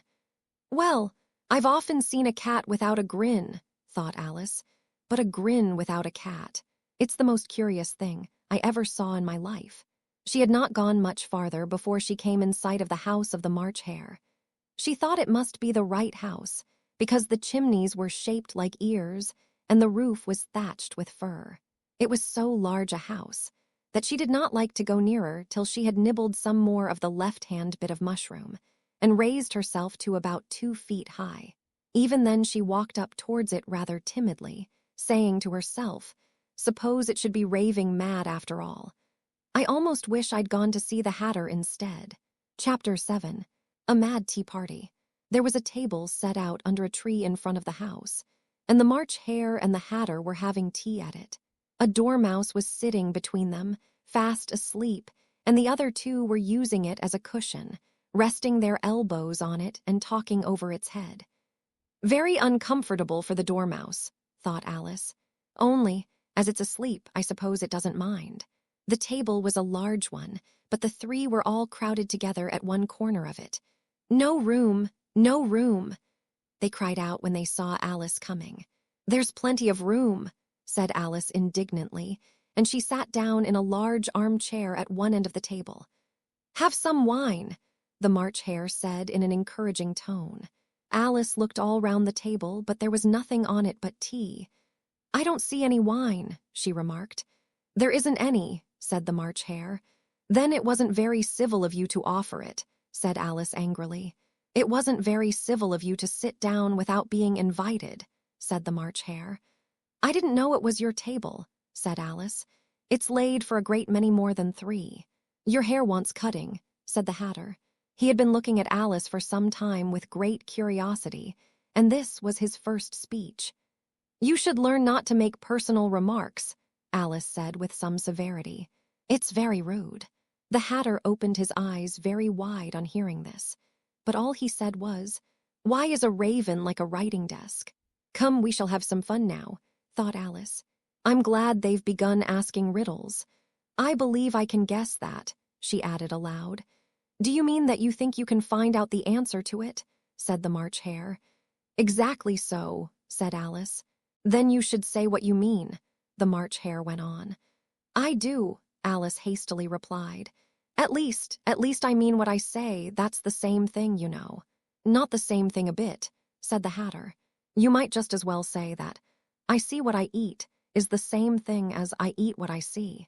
You might just as well say," added the March Hare, "that 'I like what I get' is the same thing as 'I get what I like.' You might just as well say," added the Dormouse, who seemed to be talking in his sleep, "that 'I breathe when I sleep' is the same thing as 'I sleep when I breathe.'" "It is the same thing with you," said the Hatter, and here the conversation dropped, and the party sat silent for a minute, while Alice thought over all she could remember about ravens and writing desks, which wasn't much. The Hatter was the first to break the silence. "What day of the month is it?" he said, turning to Alice. He had taken his watch out of his pocket and was looking at it uneasily, shaking it every now and then and holding it to his ear. Alice considered a little, and then said the 4th. "2 days wrong," sighed the Hatter. "I told you butter wouldn't suit the works," he added, looking angrily at the March Hare. "It was the best butter," the March Hare meekly replied. "Yes, but some crumbs must have got in as well," the Hatter grumbled. "You shouldn't have put it in with the bread knife." The March Hare took the watch and looked at it gloomily. Then he dipped it into his cup of tea and looked at it again. But he could think of nothing better to say than his first remark. "It was the best butter, you know." Alice had been looking over his shoulder with some curiosity. "What a funny watch," she remarked. "It tells the day of the month, and doesn't tell what o'clock it is." "Why should it?" muttered the Hatter. "Does your watch tell you what year it is?" "Of course not," Alice replied very readily. "But that's because it stays the same year for such a long time together." "Which is just the case with mine," said the Hatter. Alice felt dreadfully puzzled. The Hatter's remark seemed to have no sort of meaning in it, and yet it was certainly English. "I don't quite understand you," she said, as politely as she could. "The Dormouse is asleep again," said the Hatter, and he poured a little hot tea upon its nose. The Dormouse shook its head impatiently and said, without opening its eyes, of course, "Just what I was going to remark myself." "Have you guessed the riddle yet?" the Hatter said, turning to Alice again. "No, I give it up," Alice replied. "What's the answer?" "I haven't the slightest idea," said the Hatter. "Nor I," said the March Hare. Alice sighed wearily. "I think you might do something better with the time," she said, "than waste it in asking riddles that have no answers."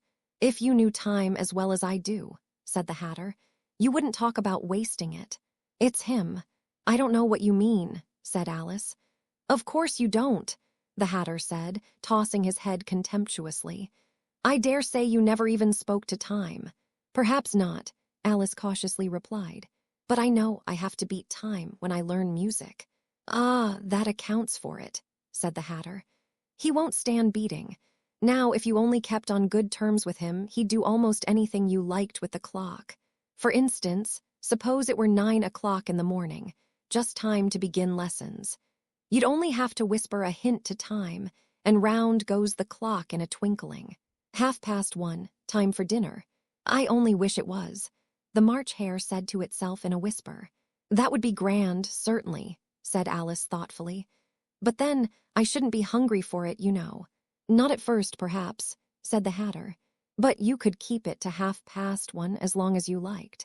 Is that the way you manage? Alice asked. The Hatter shook his head mournfully. Not I, he replied. We quarreled last March just before he went mad, you know, pointing with his teaspoon at the March Hare. It was at the great concert given by the Queen of Hearts, and I had to sing. Twinkle, twinkle, little bat. How I wonder what you're at. You know the song, perhaps. I've heard something like it, said Alice. It goes on, you know, the Hatter continued, in this way. Up above the world you fly, like a tea tray in the sky. Twinkle, twinkle. Here the Dormouse shook itself, and began singing in its sleep, twinkle, twinkle, twinkle, twinkle, and went on so long that they had to pinch it to make it stop. Well, I'd hardly finished the first verse, said the Hatter, when the Queen jumped up and bawled out, He's murdering the time, off with his head. How dreadfully savage, exclaimed Alice. And ever since that, the Hatter went on in a mournful tone, he won't do a thing I ask. It's always 6 o'clock now. A bright idea came into Alice's head. Is that the reason so many tea things are put out here? She asked. Yes, that's it, said the Hatter with a sigh. It's always tea time, and we've no time to wash the things between whiles. Then you keep moving round, I suppose, said Alice. Exactly so, said the Hatter, as the things get used up. But what happens when you come to the beginning again? Alice ventured to ask. Suppose we change the subject, the March Hare interrupted, yawning. I'm getting tired of this. I vote the young lady tells us a story. I'm afraid I don't know one, said Alice, rather alarmed at the proposal. Then the Dormouse shall, they both cried. Wake up, Dormouse! And they pinched it on both sides at once. The Dormouse slowly opened his eyes. I wasn't asleep, he said in a hoarse, feeble voice. I heard every word you fellows were saying. Tell us a story, said the March Hare. Yes, please do, pleaded Alice. And be quick about it, added the Hatter, or you'll be asleep again before it's done. Once upon a time there were 3 little sisters, the Dormouse began in a great hurry. And their names were Elsie, Lacey, and Tilly, and they lived at the bottom of a well. What did they live on? Said Alice, who always took a great interest in questions of eating and drinking. They lived on treacle, said the Dormouse, after thinking a minute or two. They couldn't have done that, you know, Alice gently remarked. They'd have been ill. So they were, said the Dormouse, very ill. Alice tried to fancy to herself what such an extraordinary way of living would be like, but it puzzled her too much, so she went on. But why did they live at the bottom of a well?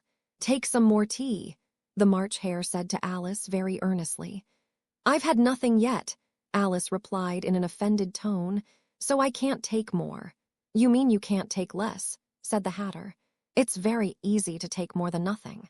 Nobody asked your opinion, said Alice. Who's making personal remarks now? The Hatter asked triumphantly.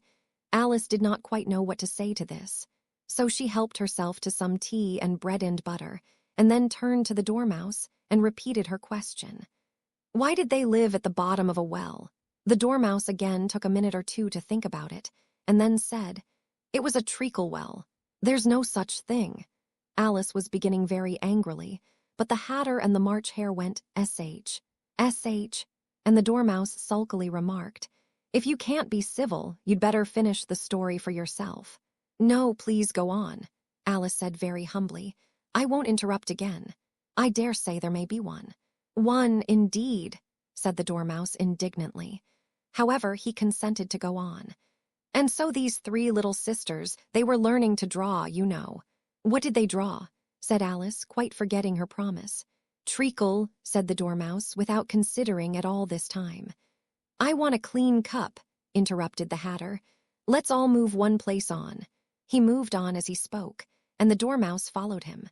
The March Hare moved into the Dormouse's place, and Alice rather unwillingly took the place of the March Hare. The Hatter was the only one who got any advantage from the change, and Alice was a good deal worse off than before, as the March Hare had just upset the milk jug into his plate.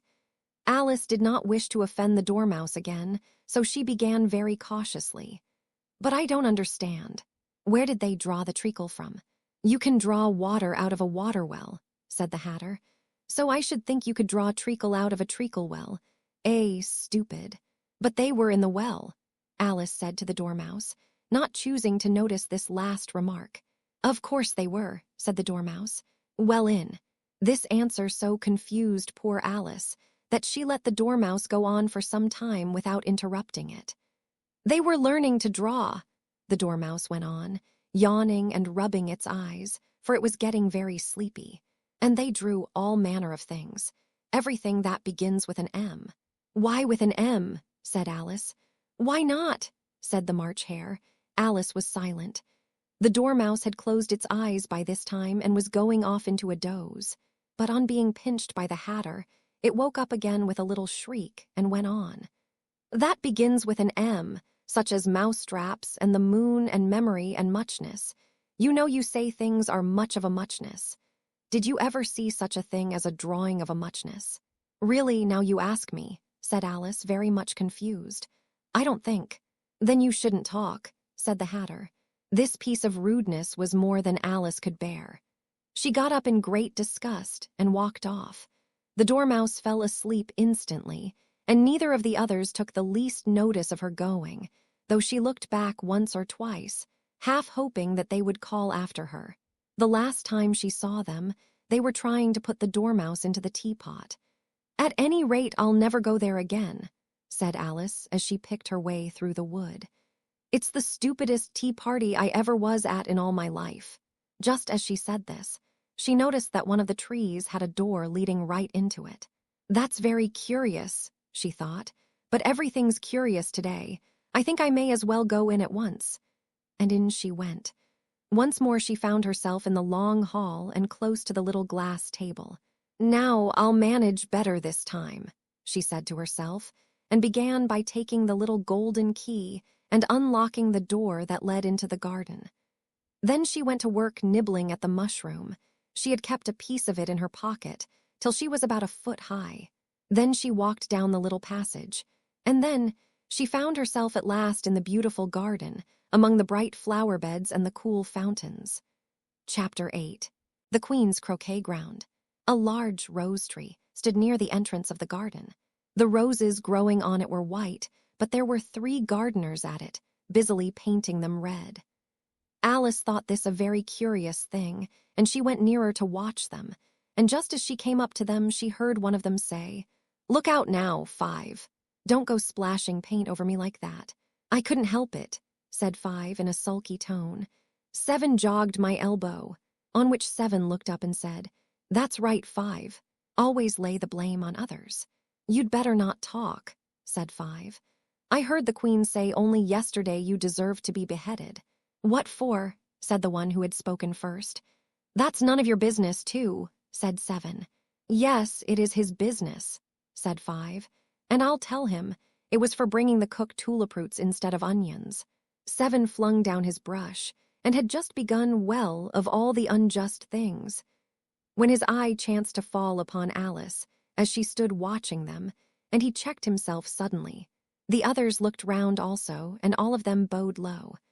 "Would you tell me," said Alice a little timidly, "why you are painting those roses?" 5 and 7 said nothing, but looked at 2. 2 began in a low voice. "Why, the fact is, you see, miss, this here ought to have been a red rose tree, and we put a white one in by mistake. And if the Queen was to find it out, we should all have our heads cut off, you know. So you see, miss, we're doing our best afore she comes, too." At this moment 5, who had been anxiously looking across the garden, called out, "The Queen! The Queen!" And the 3 gardeners instantly threw themselves flat upon their faces. There was a sound of many footsteps, and Alice looked round, eager to see the Queen. First came 10 soldiers carrying clubs. These were all shaped like the 3 gardeners, oblong and flat, with their hands and feet at the corners. Next the 10 courtiers. These were ornamented all over with diamonds, and walked 2 and 2, as the soldiers did. After these came the royal children. There were 10 of them, and the little deers came jumping merrily along hand in hand, in couples. They were all ornamented with hearts. Next came the guests, mostly kings and queens, and among them Alice recognized the white rabbit. It was talking in a hurried, nervous manner, smiling at everything that was said, and went by without noticing her. Then followed the knave of hearts, carrying the king's crown on a crimson velvet cushion. And last of all this grand procession came the king and queen of Hearts. Alice was rather doubtful whether she ought not to lie down on her face like the three gardeners, but she could not remember ever having heard of such a rule at processions. And besides, what would be the use of a procession, thought she, if people had all to lie down upon their faces so that they couldn't see it? So she stood still where she was and waited. When the procession came opposite to Alice, they all stopped and looked at her, and the queen said severely, "Who is this?" She said it to the knave of hearts, who only bowed and smiled in reply. "Idiot," said the queen, tossing her head impatiently, and turning to Alice she went on, "What's your name, child?" "My name is Alice, so please your majesty," said Alice very politely. But she added to herself, "Why, they're only a pack of cards after all. I needn't be afraid of them." "And who are these?" said the queen, pointing to the three gardeners who were lying round the rose tree.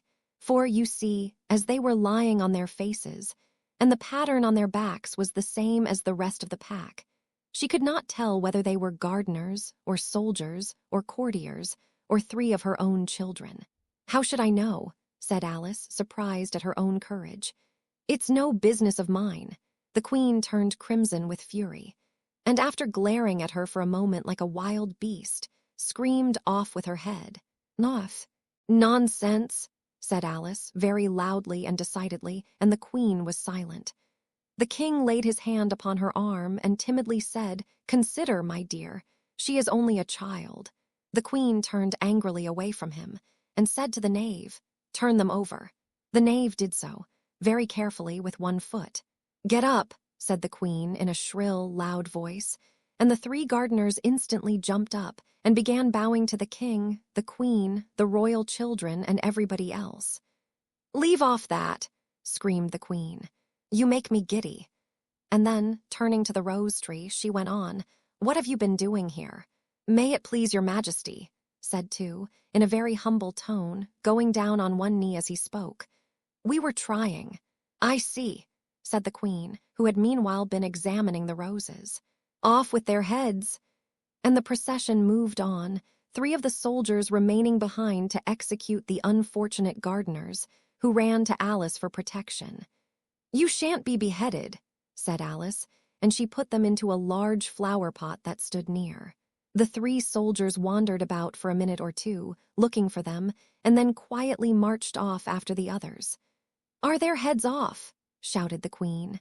"Their heads are gone, if it please your majesty," the soldiers shouted in reply. "That's right," shouted the queen. "Can you play croquet?" The soldiers were silent and looked at Alice as the question was evidently meant for her. "Yes," shouted Alice. "Come on, then," roared the queen, and Alice joined the procession, wondering very much what would happen next. It's a very fine day," said a timid voice at her side. She was walking by the white rabbit who was peeping anxiously into her face. "Very," said Alice. "Where's the Duchess?" "Hush, hush," said the rabbit in a low, hurried tone.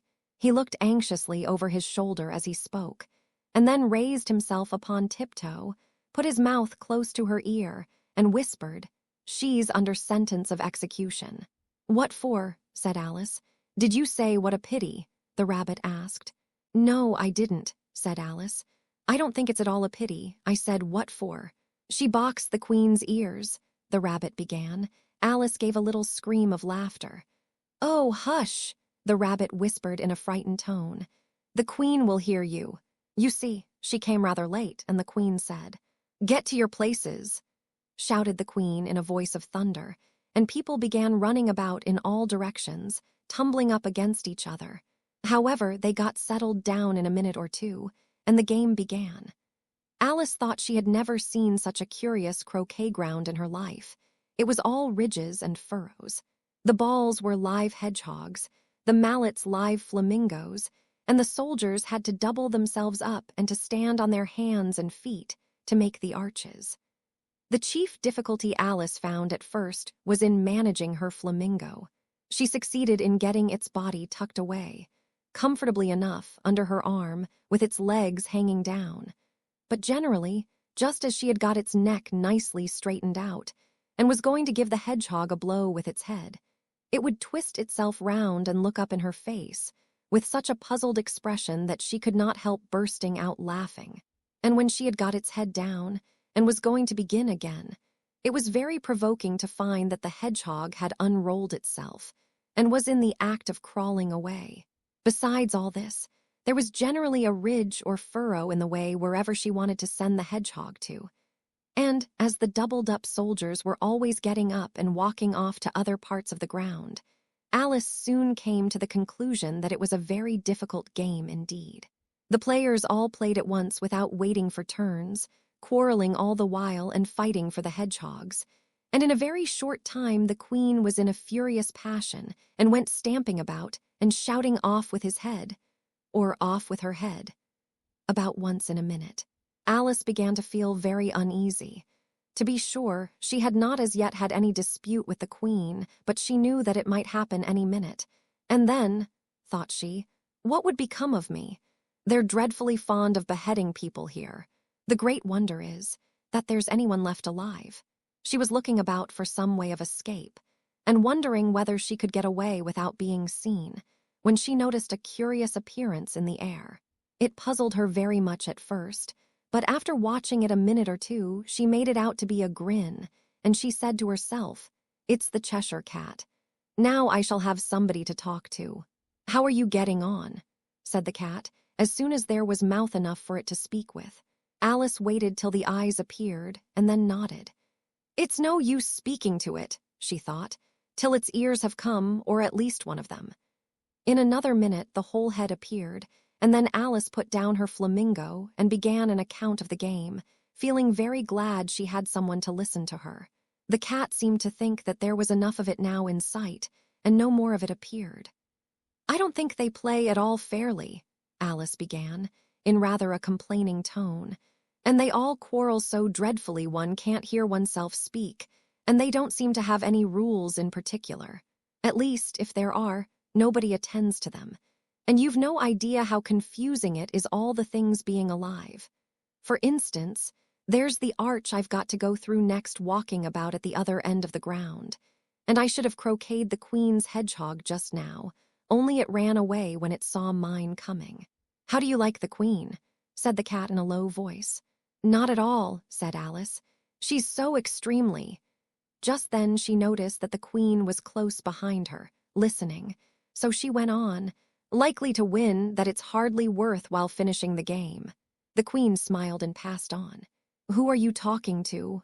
said the king, going up to Alice and looking at the cat's head with great curiosity. "It's a friend of mine, a Cheshire cat," said Alice.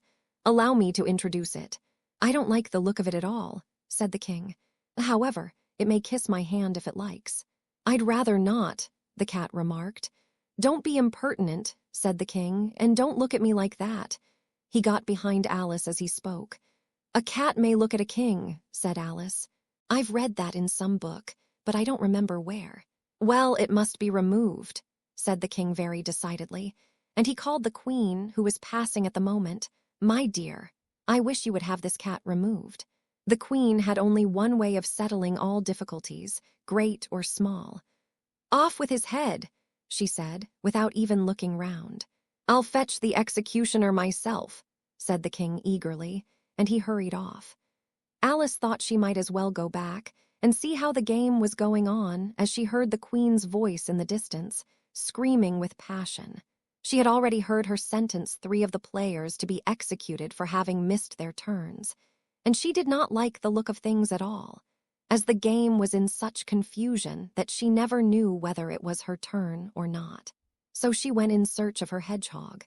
The hedgehog was engaged in a fight with another hedgehog, which seemed to Alice an excellent opportunity for croqueting one of them with the other. The only difficulty was that her flamingo was gone across to the other side of the garden, where Alice could see it trying in a helpless sort of way to fly up into a tree. By the time she had caught the flamingo and brought it back, the fight was over, and both the hedgehogs were out of sight. But it doesn't matter much, thought Alice, as all the arches are gone from this side of the ground. So she tucked it away under her arm that it might not escape again, and went back for a little more conversation with her friend. When she got back to the Cheshire Cat, she was surprised to find quite a large crowd collected round it. There was a dispute going on between the executioner, the king, and the queen, who were all talking at once, while all the rest were quite silent and looked very uncomfortable. The moment Alice appeared, she was appealed to by all three to settle the question, and they repeated their arguments to her, though, as they all spoke at once, she found it very hard indeed to make out exactly what they said. The executioner's argument was that you couldn't cut off a head unless there was a body to cut it off from, that he had never had to do such a thing before, and he wasn't going to begin at his time of life. The king's argument was that anything that had a head could be beheaded, and that you weren't to talk nonsense. The queen's argument was that if something wasn't done about it in less than no time, she'd have everybody executed all round. It was this last remark that had made the whole party look so grave and anxious. Alice could think of nothing else to say, but it belongs to the Duchess. You'd better ask her about it. She's in prison, the queen said to the executioner. Fetch her here. And the executioner went off like an arrow. The cat's head began fading away the moment he was gone, and by the time he had come back with the Duchess, it had entirely disappeared. So the king and the executioner ran wildly up and down looking for it, while the rest of the party went back to the game. Chapter 9. The Mock Turtle's Story. You can't think how glad I am to see you again, you dear old thing, said the Duchess, as she tucked her arm affectionately into Alice's, and they walked off together. Alice was very glad to find her in such a pleasant temper, and thought to herself that perhaps it was only the pepper that had made her so savage when they met in the kitchen. When I'm a duchess, she said to herself, not in a very hopeful tone though, I won't have any pepper in my kitchen at all. Soup does very well without, maybe it's always pepper that makes people hot-tempered. She went on, very much pleased at having found out a new kind of rule, and vinegar that makes them sour, and chamomile that makes them bitter, and barley sugar and such things that make children sweet-tempered. I only wish people knew that. Then they wouldn't be so stingy about it, you know. She had quite forgotten the Duchess by this time, and was a little startled when she heard her voice close to her ear. You're thinking about something, my dear, and that makes you forget to talk. I can't tell you just now what the moral of that is, but I shall remember it in a bit. Perhaps it hasn't one, Alice ventured to remark. Tut, tut, child, said the Duchess. Everything's got a moral if only you can find it. And she squeezed herself up closer to Alice's side as she spoke. Alice did not much like keeping so close to her. First, because the Duchess was very ugly, and secondly, because she was exactly the right height to rest her chin upon Alice's shoulder, and it was an uncomfortably sharp chin. However, she did not like to be rude, so she bore it as well as she could. The game's going on rather better now, she said, by way of keeping up the conversation a little. Tease so, said the Duchess, and the moral of that is, oh, tease love, that makes the world go round. Somebody said, Alice whispered, that it's done by everybody minding their own business. Ah, well, it means much the same thing, said the Duchess, digging her sharp little chin into Alice's shoulder as she added. And the moral of that is, take care of the sense, and the sounds will take care of themselves. How fond she is of finding morals in things. Alice thought to herself, I dare say you're wondering why I don't put my arm round your waist, the Duchess said after a pause. The reason is that I'm doubtful about the temper of your flamingo. Shall I try the experiment? He might bite, Alice cautiously replied, not feeling at all anxious to have the experiment tried. Very true, said the Duchess. Flamingos and mustard both bite. And the moral of that is, birds of a feather flock together. Only mustard isn't a bird, Alice remarked. Right, as usual, said the Duchess. What a clear way you have of putting things. It's a mineral, I think, said Alice. Of course it is, said the Duchess, who seemed ready to agree to everything that Alice said. There's a large mustard mine near here, and the moral of that is, the more there is of mine, the less there is of yours. Oh, I know, exclaimed Alice, who had not attended to this last remark. It's a vegetable. It doesn't look like one, but it is. I quite agree with you, said the Duchess. And the moral of that is, be what you would seem to be. Or if you'd like it put more simply, never imagine yourself not to be otherwise than what it might appear to others, that what you were or might have been was not otherwise than what you had been would have appeared to them to be otherwise. I think I should understand that better, Alice said very politely, if I had it written down, but I can't quite follow it as you say it. That's nothing to what I could say if I chose, the Duchess replied in a pleased tone. Pray don't trouble yourself to say it any longer than that, said Alice. Oh, don't talk about trouble, said the Duchess. I make you a present of everything I've said as yet. A cheap sort of present, thought Alice. I'm glad they don't give birthday presents like that. But she did not venture to say it out loud. Thinking again, the Duchess asked, with another dig of her sharp little chin. I've a right to think, said Alice sharply, for she was beginning to feel a little worried. Just about as much right, said the Duchess, as pigs have to fly. And the M.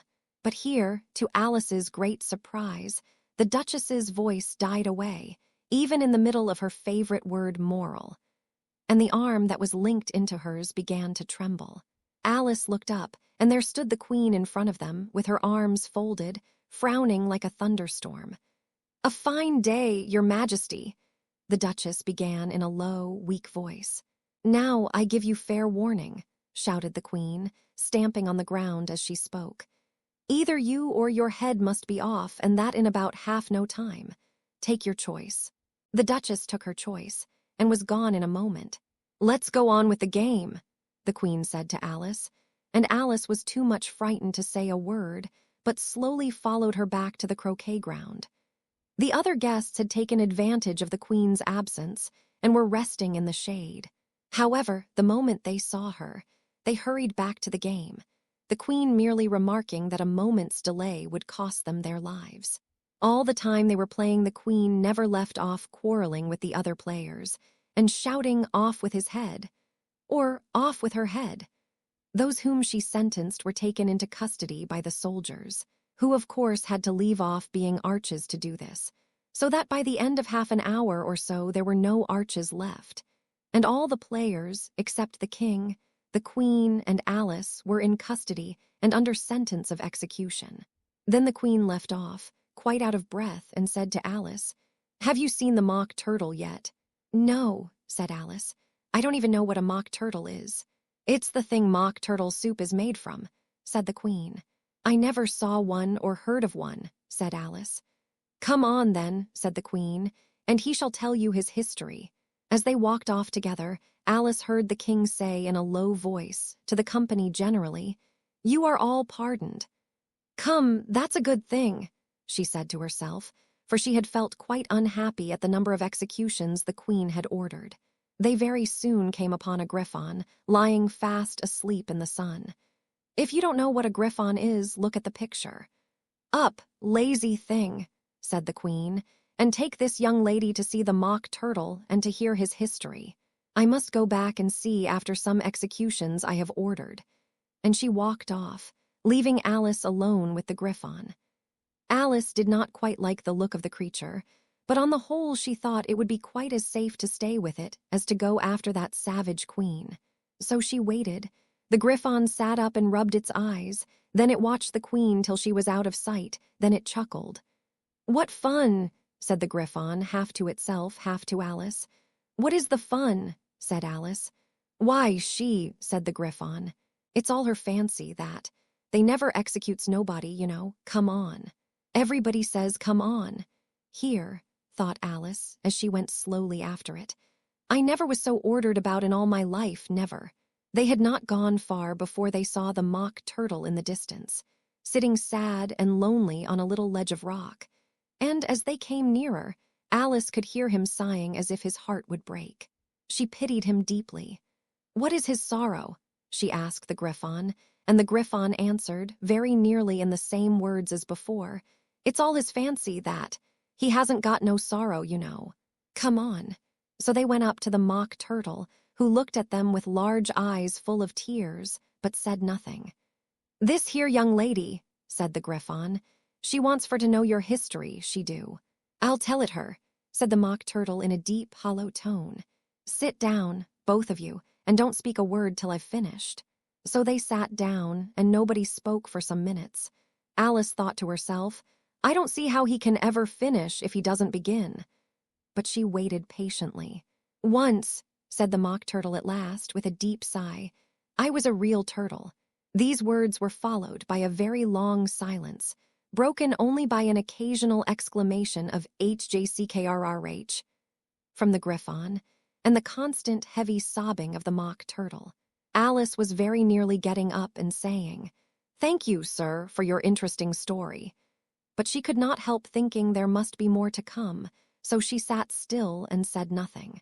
"When we were little," the Mock Turtle went on at last, more calmly, though still sobbing a little now and then, "we went to school in the sea. The master was an old turtle. We used to call him Tortoise." "Why did you call him Tortoise if he wasn't one?" Alice asked. "We called him Tortoise because he taught us," said the Mock Turtle angrily. "Really, you are very dull. You ought to be ashamed of yourself for asking such a simple question," added the Griffon. And then they both sat silent and looked at poor Alice, who felt ready to sink into the earth. At last the Griffon said to the Mock Turtle, "Drive on, old fellow, don't be all day about it." And he went on in these words, "Yes, we went to school in the sea, though you mayn't believe it." "I never said I didn't," interrupted Alice. "You did," said the Mock Turtle. "Hold your tongue," added the Griffon before Alice could speak again. The Mock Turtle went on. "We had the best of educations. In fact, we went to school every day." "I've been to a day school, too," said Alice. "You needn't be so proud as all that." "With extras?" asked the Mock Turtle a little anxiously. "Yes," said Alice. "We learned French and music." "And washing," said the Mock Turtle. "Certainly not," said Alice indignantly. "Ah, then yours wasn't a really good school," said the Mock Turtle in a tone of great relief. Now at ours they had at the end of the bill, "French, music, and washing, extra." "You couldn't have wanted it much," said Alice. "Living at the bottom of the sea.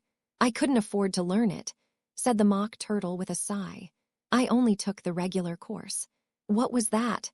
inquired Alice. "Reeling and writhing, of course, to begin with," the Mock Turtle replied. "And then the different branches of arithmetic, ambition, distraction, uglification, and derision." "I never heard of uglification," Alice ventured to say. "What is it?" The Griffon lifted up both its paws in surprise. "What? Never heard of uglifying?" it exclaimed. "You know what to beautify is, I suppose." "Yes," said Alice doubtfully. "It means to make anything prettier." "Well, then," the Griffon went on, "if you don't know what to uglify is, you are a simpleton." Alice did not feel encouraged to ask any more questions about it, so she turned to the Mock Turtle and said, "What else had you to learn?" "Well, there was mystery," the Mock Turtle replied, counting off the subjects on his flappers. "Mystery, ancient and modern, with seaography. Then drawling. The drawling master was an old congareel that used to come once a week. He taught us drawling, stretching, and fainting in coils." "What was that like?" said Alice. "Well, I can't show it you myself," the Mock Turtle said. "I'm too stiff, and the Griffon never learnt it." "Hadn't time," said the Griffon. "I went to the classics master, though. He was an old crab, he was." "I never went to him," the Mock Turtle said with a sigh. "He taught laughing and grief, they used to say." So he did," said the Griffon, sighing in his turn, and both creatures hid their faces in their paws. "And how many hours a day did you do lessons?" said Alice, in a hurry to change the subject. 10 hours the first day," said the Mock Turtle. 9 the next, and so on." "What a curious plan," exclaimed Alice. "That's the reason they're called lessons," the Griffon remarked. because they lessen from day to day. This was quite a new idea to Alice, and she thought it over a little before she made her next remark. Then the 11th day must have been a holiday. Of course it was, said the Mock Turtle. And how did you manage on the 12th? Alice went on eagerly. That's enough about lessons, the Griffon interrupted in a very decided tone. Tell her something about the games now. Chapter 10. The Lobster Quadrille. The Mock Turtle sighed deeply and drew the back of one flapper across his eyes. He looked at Alice and tried to speak, but for a minute or two sobs choked his voice. Same as if he had a bone in his throat, said the Griffon, and it set to work shaking him and punching him in the back. At last the Mock Turtle recovered his voice, and with tears running down his cheeks, he went on again. You may not have lived much under the sea.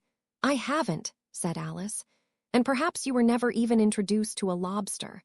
Alice began to say, I once tasted, but checked herself hastily and said, no, never.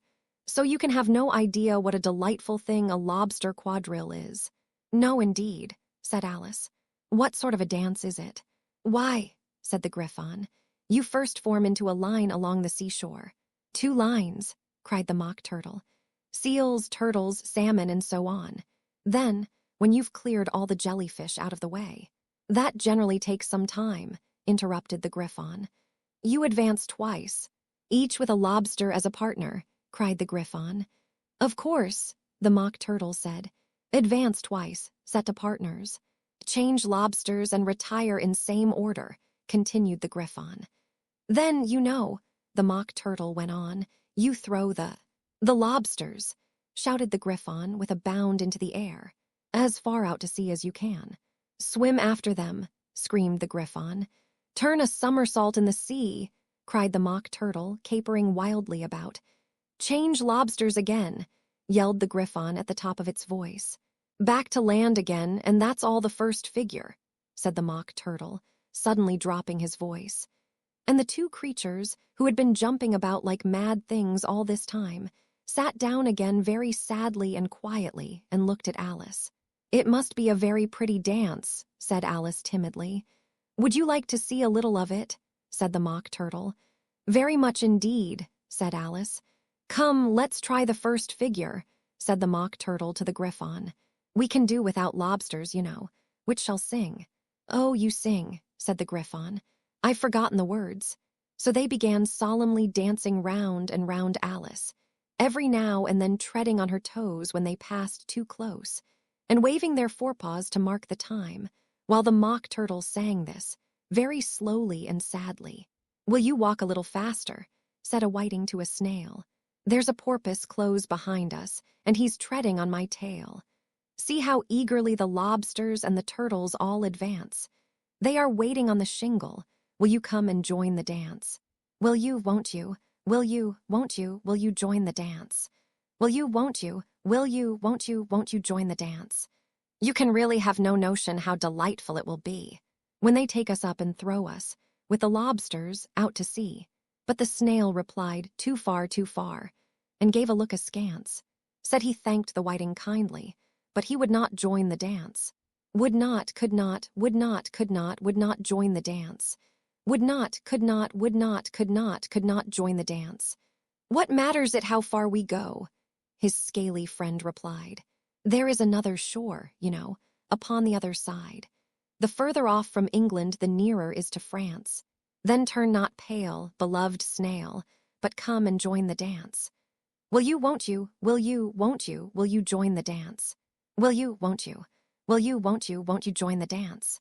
Thank you, it's a very interesting dance to watch, said Alice, feeling very glad that it was over at last. And I do so like that curious song about the whiting. Oh, as to the whiting, said the Mock Turtle, they seen them, of course. Yes, said Alice, I've often seen them at Din.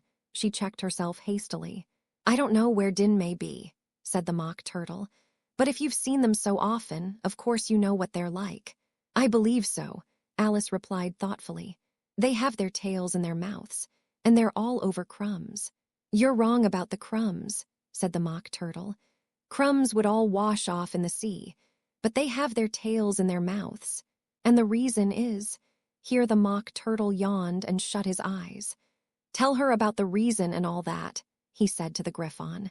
"The reason is," said the Griffon, "that they would go with the lobsters to the dance. So they got thrown out to sea. So they had to fall a long way. So they got their tails fast in their mouths. So they couldn't get them out again. That's all." "Thank you," said Alice. "It's very interesting. I never knew so much about a whiting before." "I can tell you more than that if you like," said the Griffon. "Do you know why it's called a whiting?" "I never thought about it," said Alice. "Why? It does the boots and shoes," the Griffon replied very solemnly. Alice was thoroughly puzzled. "Does the boots and shoes," she repeated in a wondering tone. "Why, what are your shoes done with?" said the Griffon. "I mean, what makes them so shiny?" Alice looked down at them and considered a little before she gave her answer. "They're done with blacking, I believe. Boots and shoes under the sea," the Griffon went on in a deep voice, "are done with a whiting. Now you know." "And what are they made of?" Alice asked in a tone of great curiosity. "Soles and eels, of course," the Griffon replied rather impatiently. "Any shrimp could have told you that." "If I'd been the whiting," said Alice, whose thoughts were still running on the song, "I'd have said to the porpoise, 'Keep back, please. We don't want you with us.'" "They were obliged to have him with them," the mock turtle said. "No wise fish would go anywhere without a porpoise." "Wouldn't it really?" said Alice in a tone of great surprise. "Of course not," said the mock turtle. "Why, if a fish came to me and told me he was going a journey, I should say, 'With what porpoise?'" "Don't you mean purpose?" said Alice. "I mean what I say," the mock turtle replied in an offended tone. And the Griffon added, "Come, let's hear some of your adventures." "I could tell you my adventures, beginning from this morning," said Alice a little timidly. "But it's no use going back to yesterday, because I was a different person then." "Explain all that," said the mock turtle. "No, no, the adventures first," said the Griffon in an impatient tone. "Explanations take such a dreadful time." So Alice began telling them her adventures from the time when she first saw the white rabbit. She was a little nervous about it just at first. The two creatures got so close to her, one on each side, and opened their eyes and mouths so very wide. But she gained courage as she went on. Her listeners were perfectly quiet till she got to the part about her repeating, "You are old, Father William," to the caterpillar, and the words all coming different. And then the mock turtle drew a long breath and said, "That's very curious." "It's all about as curious as it can be," said the Griffon. "It all came different," the mock turtle repeated thoughtfully. "I should like to hear her try and repeat something now. Tell her to begin." He looked at the Griffon as if he thought it had some kind of authority over Alice. "Stand up and repeat 'Tease the voice of the sluggard,'" said the Griffon. "How the creatures order one about and make one repeat lessons," thought Alice. "I might as well be at school at once." However, she got up and began to repeat it, but her head was so full of the lobster quadrille that she hardly knew what she was saying, and the words came very queer indeed. "Tease the voice of the lobster. I heard him declare, 'You have baked me too brown, I must sugar my hair.' As a duck with its eyelids, so he with his nose, trims his belt and his buttons, and turns out his toes." Later editions continued as follows. "When the sands are all dry, he is gay as a lark, and will talk in contemptuous tones of the shark. But when the tide rises and sharks are around, his voice has a timid and tremulous sound. That's different from what I used to say when I was a child," said the Griffon. "Well, I never heard it before," said the mock turtle, "but it sounds uncommon nonsense." Alice said nothing. She had sat down with her face in her hands, wondering if anything would ever happen in a natural way again. "I should like to have it explained," said the mock turtle. "She can't explain it," said the Griffon hastily. "Go on with the next verse." "But about his toes," the mock turtle persisted. "How could he turn them out with his nose, you know?" "It's the first position in dancing," Alice said, but was dreadfully puzzled by the whole thing and longed to change the subject. "Go on with the next verse," the Griffon repeated impatiently. "It begins, 'I passed by his garden.'" Alice did not dare to disobey, though she felt sure it would all come wrong, and she went on in a trembling voice. I passed by his garden, and marked with one eye how the owl and the panther were sharing a pie. Later additions continued as follows. The panther took pie crust, and gravy and meat, while the owl had the dish as its share of the treat. When the pie was all finished, the owl, as a boon, was kindly permitted to pocket the spoon, while the panther received knife and fork with a growl, and concluded the banquet. What is the use of repeating all that stuff? The mock turtle interrupted.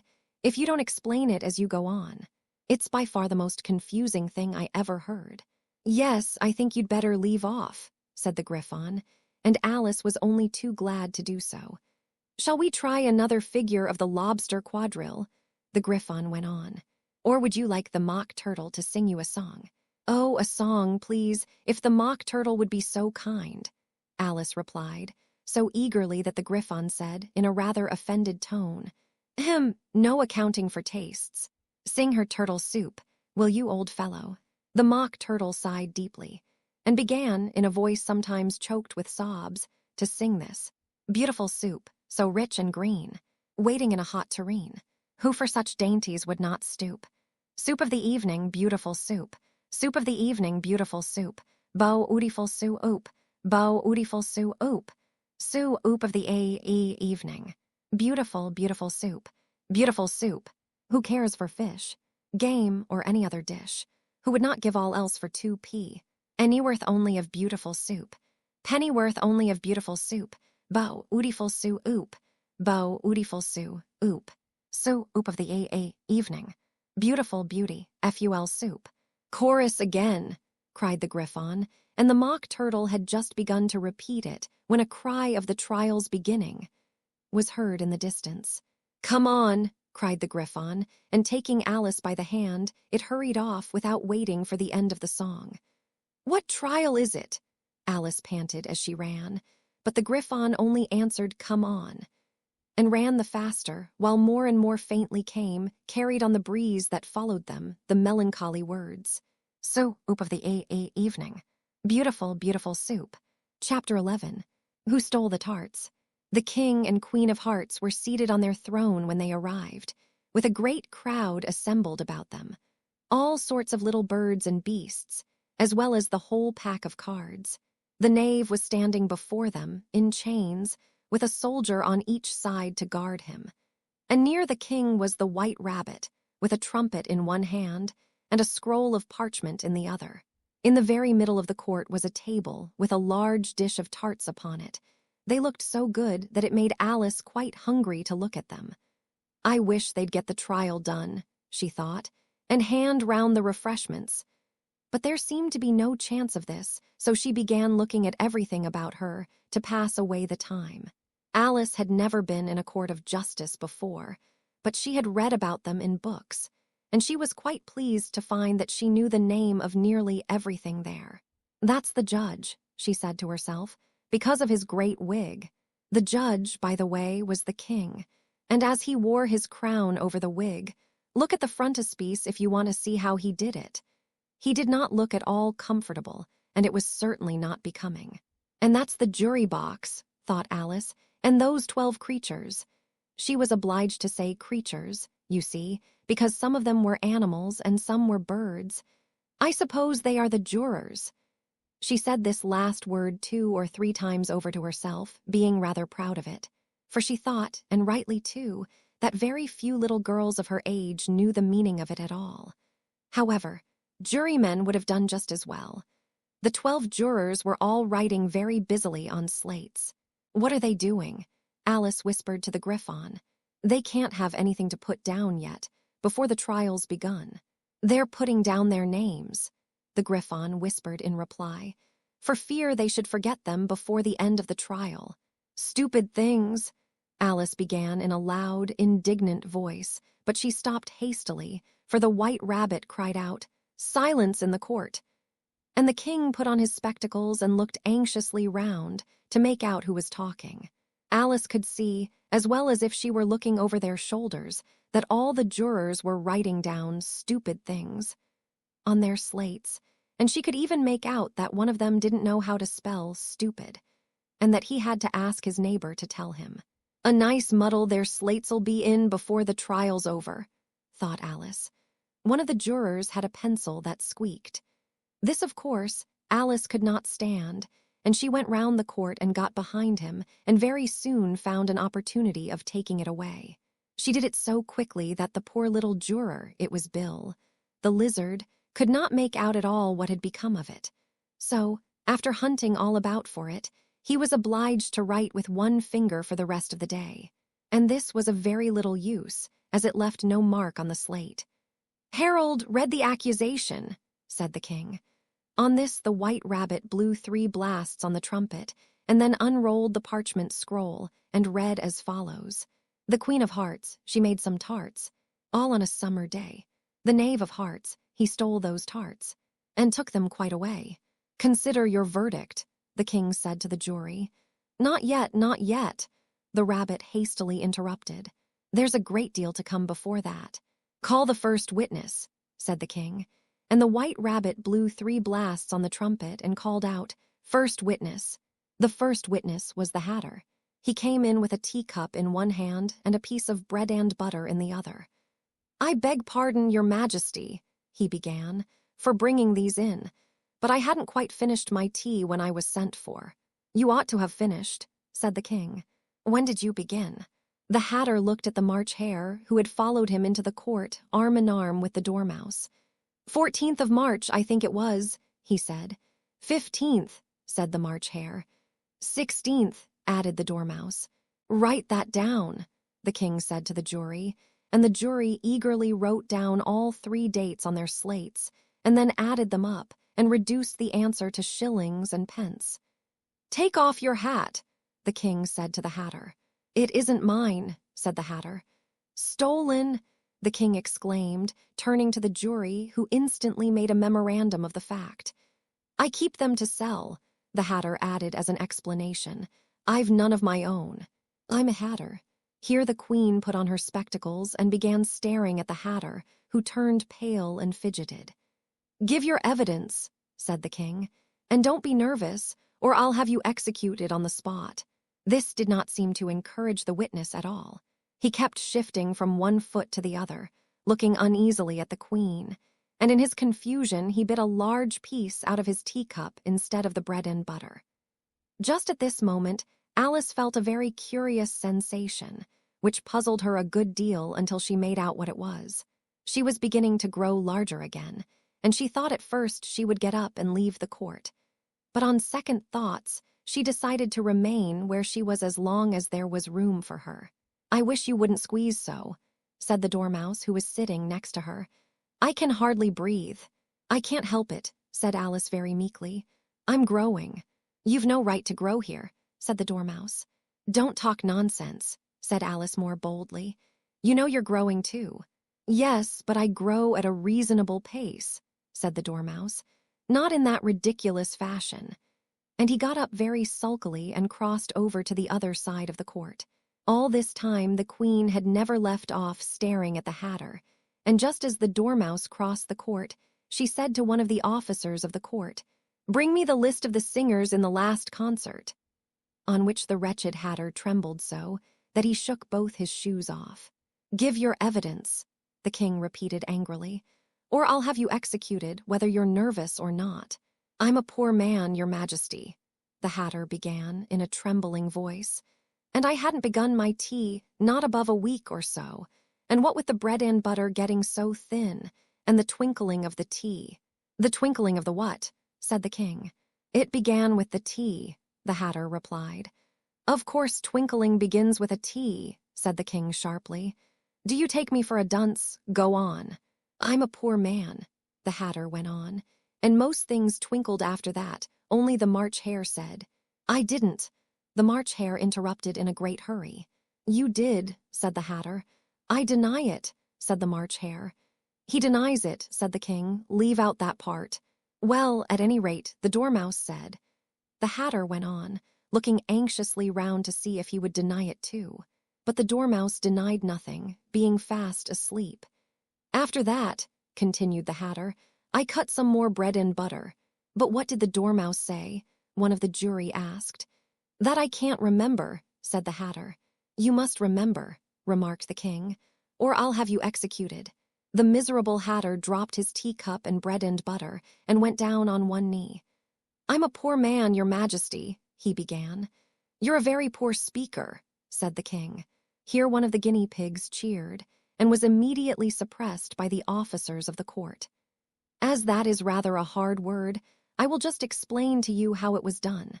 They had a large canvas bag, which tied up at the mouth with strings. Into this they slipped the guinea pig, head first, and then sat upon it. I'm glad I've seen that done," thought Alice. "I've so often read in the newspapers at the end of trials. There was some attempts at applause, which was immediately suppressed by the officers of the court, and I never understood what it meant till now. If that's all you know about it, you may stand down," continued the king. "I can't go no lower," said the hatter. "I'm on the floor as it is." "Then you may sit down," the king replied. Here the other guinea pig cheered and was suppressed. "Come, that finished the guinea pigs," thought Alice. "Now we shall get on better." "I'd rather finish my tea," said the hatter, with an anxious look at the queen, who was reading the list of singers. "You may go," said the king, and the hatter hurriedly left the court without even waiting to put his shoes on. "And just take his head off outside," the queen added to one of the officers, but the hatter was out of sight before the officer could get to the door. "Call the next witness," said the king. The next witness was the duchess's cook. She carried the pepper box in her hand, and Alice guessed who it was even before she got into the court, by the way the people near the door began sneezing all at once. "Give your evidence," said the king. "Shan't," said the cook. The king looked anxiously at the white rabbit, who said in a low voice, "Your majesty must cross-examine this witness." "Well, if I must, I must," the king said with a melancholy air, and after folding his arms and frowning at the cook till his eyes were nearly out of sight, he said in a deep voice, "What are tarts made of?" "Pepper mostly," said the cook. "Treacle," said a sleepy voice behind her. "Collar that dormouse," the queen shrieked out. "Behead that dormouse, turn that dormouse out of court, suppress him, pinch him off with his whiskers." For some minutes the whole court was in confusion, getting the dormouse turned out, and by the time they had settled down again, the cook had disappeared. "Never mind," said the king with an air of great relief. "Call the next witness." And he added in an undertone to the queen, "Really, my dear, you must cross-examine the next witness. It quite makes my forehead ache." Alice watched the white rabbit as he fumbled over the list, feeling very curious to see what the next witness would be like. "For they haven't got much evidence yet," she said to herself. Imagine her surprise when the white rabbit read out at the top of his shrill little voice the name Alice. Chapter 12. Alice's Evidence. "Here," cried Alice, quite forgetting in the flurry of the moment how large she had grown in the last few minutes. And she jumped up in such a hurry that she tipped over the jury box with the edge of her skirt, upsetting all the jurymen onto the heads of the crowd below. And there they lay sprawling about, reminding her very much of a globe of goldfish she had accidentally upset the week before. "Oh, I beg your pardon," she exclaimed in a tone of great dismay, and began picking them up again as quickly as she could, for the accident of the goldfish kept running in her head, and she had a vague sort of idea that they must be collected at once and put back into the jury box, or they would die. "The trial cannot proceed," said the king in a very grave voice, "until all the jurymen are back in their proper places. All," he repeated with great emphasis, looking hard at Alice as he said so. Alice looked at the jury box and saw that, in her haste, she had put the lizard in head downwards, and the poor little thing was waving its tail about in a melancholy way, being quite unable to move. She soon got it out again and put it right. "Not that it signifies much," she said to herself. "I should think it would be quite as much use in the trial, one way up as the other." As soon as the jury had a little recovered from the shock of being upset, and their slates and pencils had been found and handed back to them, they set to work very diligently to write out a history of the accident, all except the lizard, who seemed too much overcome to do anything but sit with its mouth open, gazing up into the roof of the court. "What do you know about this business?" the king said to Alice. "Nothing," said Alice. "Nothing whatever," persisted the king. "Nothing whatever," said Alice. "That's very important," the king said, turning to the jury. They were just beginning to write this down on their slates when the White Rabbit interrupted.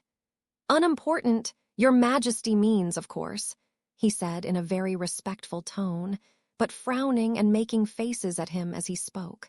"Unimportant, of course, I meant," the king hastily said, and went on to himself in an undertone. "Important, unimportant, unimportant, important," as if he were trying which word sounded best. Some of the jury wrote it down important, and some unimportant. Alice could see this, as she was near enough to look over their slates. But it doesn't matter a bit, she thought to herself. At this moment the king, who had been for some time busily writing in his notebook, cackled out silence, and read out from his book, Rule 42. All persons more than a mile high to leave the court. Everybody looked at Alice. "I'm not a mile high," said Alice. "You are," said the king. "Nearly 2 miles high," added the queen. "Well, I shan't go at any rate," said Alice. "Besides, that's not a regular rule. You invented it just now." "It's the oldest rule in the book," said the king. "Then it ought to be number 1, said Alice. The king turned pale and shut his notebook hastily. "Consider your verdict," he said to the jury in a low, trembling voice. "There's more evidence to come yet, please your majesty," said the White Rabbit, jumping up in a great hurry. "This paper has just been picked up." "What's in it?" said the queen. "I haven't opened it yet," said the White Rabbit, "but it seems to be a letter written by the prisoner to somebody." "It must have been that," said the king, "unless it was written to nobody, which isn't usual, you know." "Who is it directed to?" said one of the jurymen. "It isn't directed at all," said the White Rabbit. "In fact, there's nothing written on the outside." He unfolded the paper as he spoke and added, "It isn't a letter after all. It's a set of verses." "Are they in the prisoner's handwriting?" asked another of the jurymen. "No, they're not," said the White Rabbit, "and that's the queerest thing about it." The jury all looked puzzled. "He must have imitated somebody else's hand," said the king. The jury all brightened up again. "Please your majesty," said the knave. "I didn't write it, and they can't prove I did. There's no name signed at the end." "If you didn't sign it," said the king, "that only makes the matter worse. You must have meant some mischief, or else you'd have signed your name like an honest man." There was a general clapping of hands at this.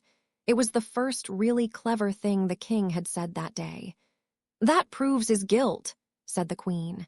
"It proves nothing of the sort," said Alice. "Why, you don't even know what they're about." "Read them," said the king. The White Rabbit put on his spectacles. "Where shall I begin, please your majesty?" he asked. "Begin at the beginning," the king said gravely, "and go on till you come to the end. Then stop." These were the verses the White Rabbit read. "They told me you had been to her, and mentioned me to him. She gave me a good character, but said I could not swim. He sent them word I had not gone. We know it to be true. If she should push the matter on, what would become of you? I gave her one, they gave him 2. You gave us 3 or more. They all returned from him to you, though they were mine before. If I or she should chance to be involved in this affair, he trusts to you to set them free, exactly as we were.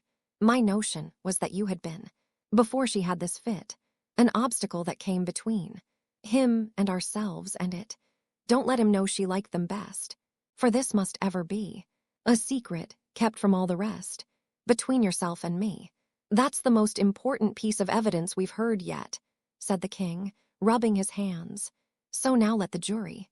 If any one of them can explain it," said Alice. She had grown so large in the last few minutes that she wasn't a bit afraid of interrupting him. "I'll give him 6pence. I don't believe there's an atom of meaning in it." The jury all wrote down on their slates, "She doesn't believe there's an atom of meaning in it," but none of them attempted to explain the paper. "If there's no meaning in it," said the king, "that saves a world of trouble, you know, as we needn't try to find any. And yet I don't know," he went on, spreading out the verses on his knee and looking at them with one eye. "I seem to see some meaning in them after all. Said I could not swim. You can't swim, can you?" he added, turning to the knave. The knave shook his head sadly. "Do I look like it?" he said, which he certainly did not, being made entirely of cardboard. "All right so far," said the king, and he went on muttering over the verses to himself. "We know it to be true. That's the jury, of course. I gave her one, they gave him two. Why, that must be what he did with the tarts, you know. But it goes on, they all returned from him to you," said Alice. "Why, there they are," said the king triumphantly, pointing to the tarts on the table. "Nothing can be clearer than that. Then again, before she had this fit. You never had fits, my dear, I think," he said to the queen. "Never," said the queen furiously, throwing an inkstand at the lizard as she spoke. The unfortunate little Bill had left off writing on his slate with one finger, as he found it made no mark, but he now hastily began again, using the ink that was trickling down his face, as long as it lasted. "Then the words don't fit you," said the king, looking round the court with a smile. There was a dead silence. "It's a pun," the king added in an offended tone, and everybody laughed. "Let the jury consider their verdict," the king said, for about the 20th time that day. "No, no," said the queen. "Sentence first, verdict afterwards." "Stuff and nonsense," said Alice loudly. "The idea of having the sentence first." "Hold your tongue," said the queen, turning purple. "I won't," said Alice. "Off with her head," the queen shouted at the top of her voice. Nobody moved. "Who cares for you?" said Alice. She had grown to her full size by this time. "You're nothing but a pack of cards." At this, the whole pack rose up into the air and came flying down upon her.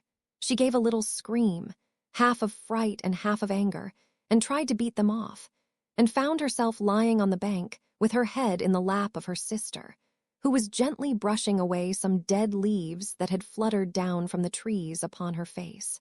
"Wake up, Alice dear," said her sister. "Why, what a long sleep you've had." "Oh, I've had such a curious dream," said Alice, and she told her sister, as well as she could remember them, all these strange adventures of hers that you have just been reading about. And when she had finished, her sister kissed her and said, "It was a curious dream, dear, certainly, but now run in to your tea, it's getting late."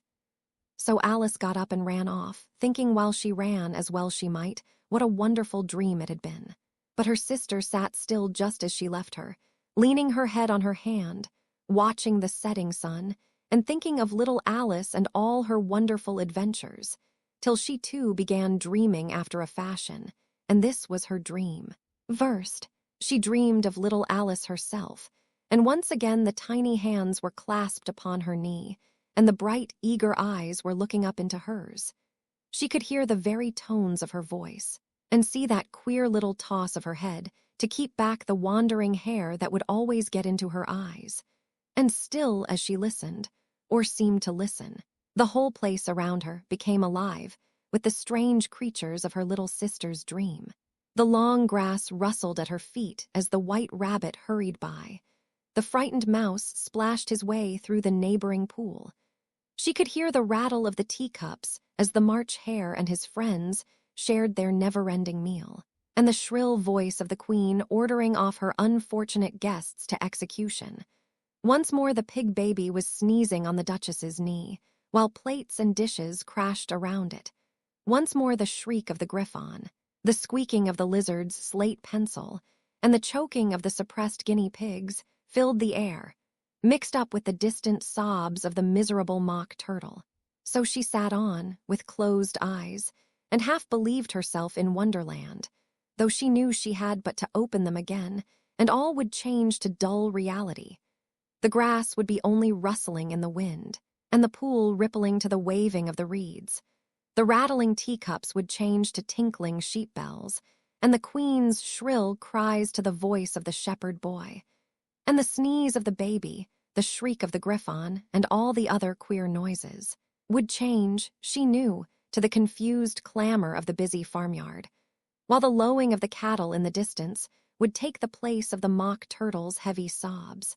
Lastly, she pictured to herself how this same little sister of hers would, in the aftertime, be herself a grown woman, and how she would keep, through all her riper years, the simple and loving heart of her childhood, and how she would gather about her other little children, and make their eyes bright and eager with many a strange tale, perhaps even with the dream of Wonderland of long ago, and how she would feel with all their simple sorrows, and find a pleasure in all their simple joys, remembering her own child life and the happy summer days.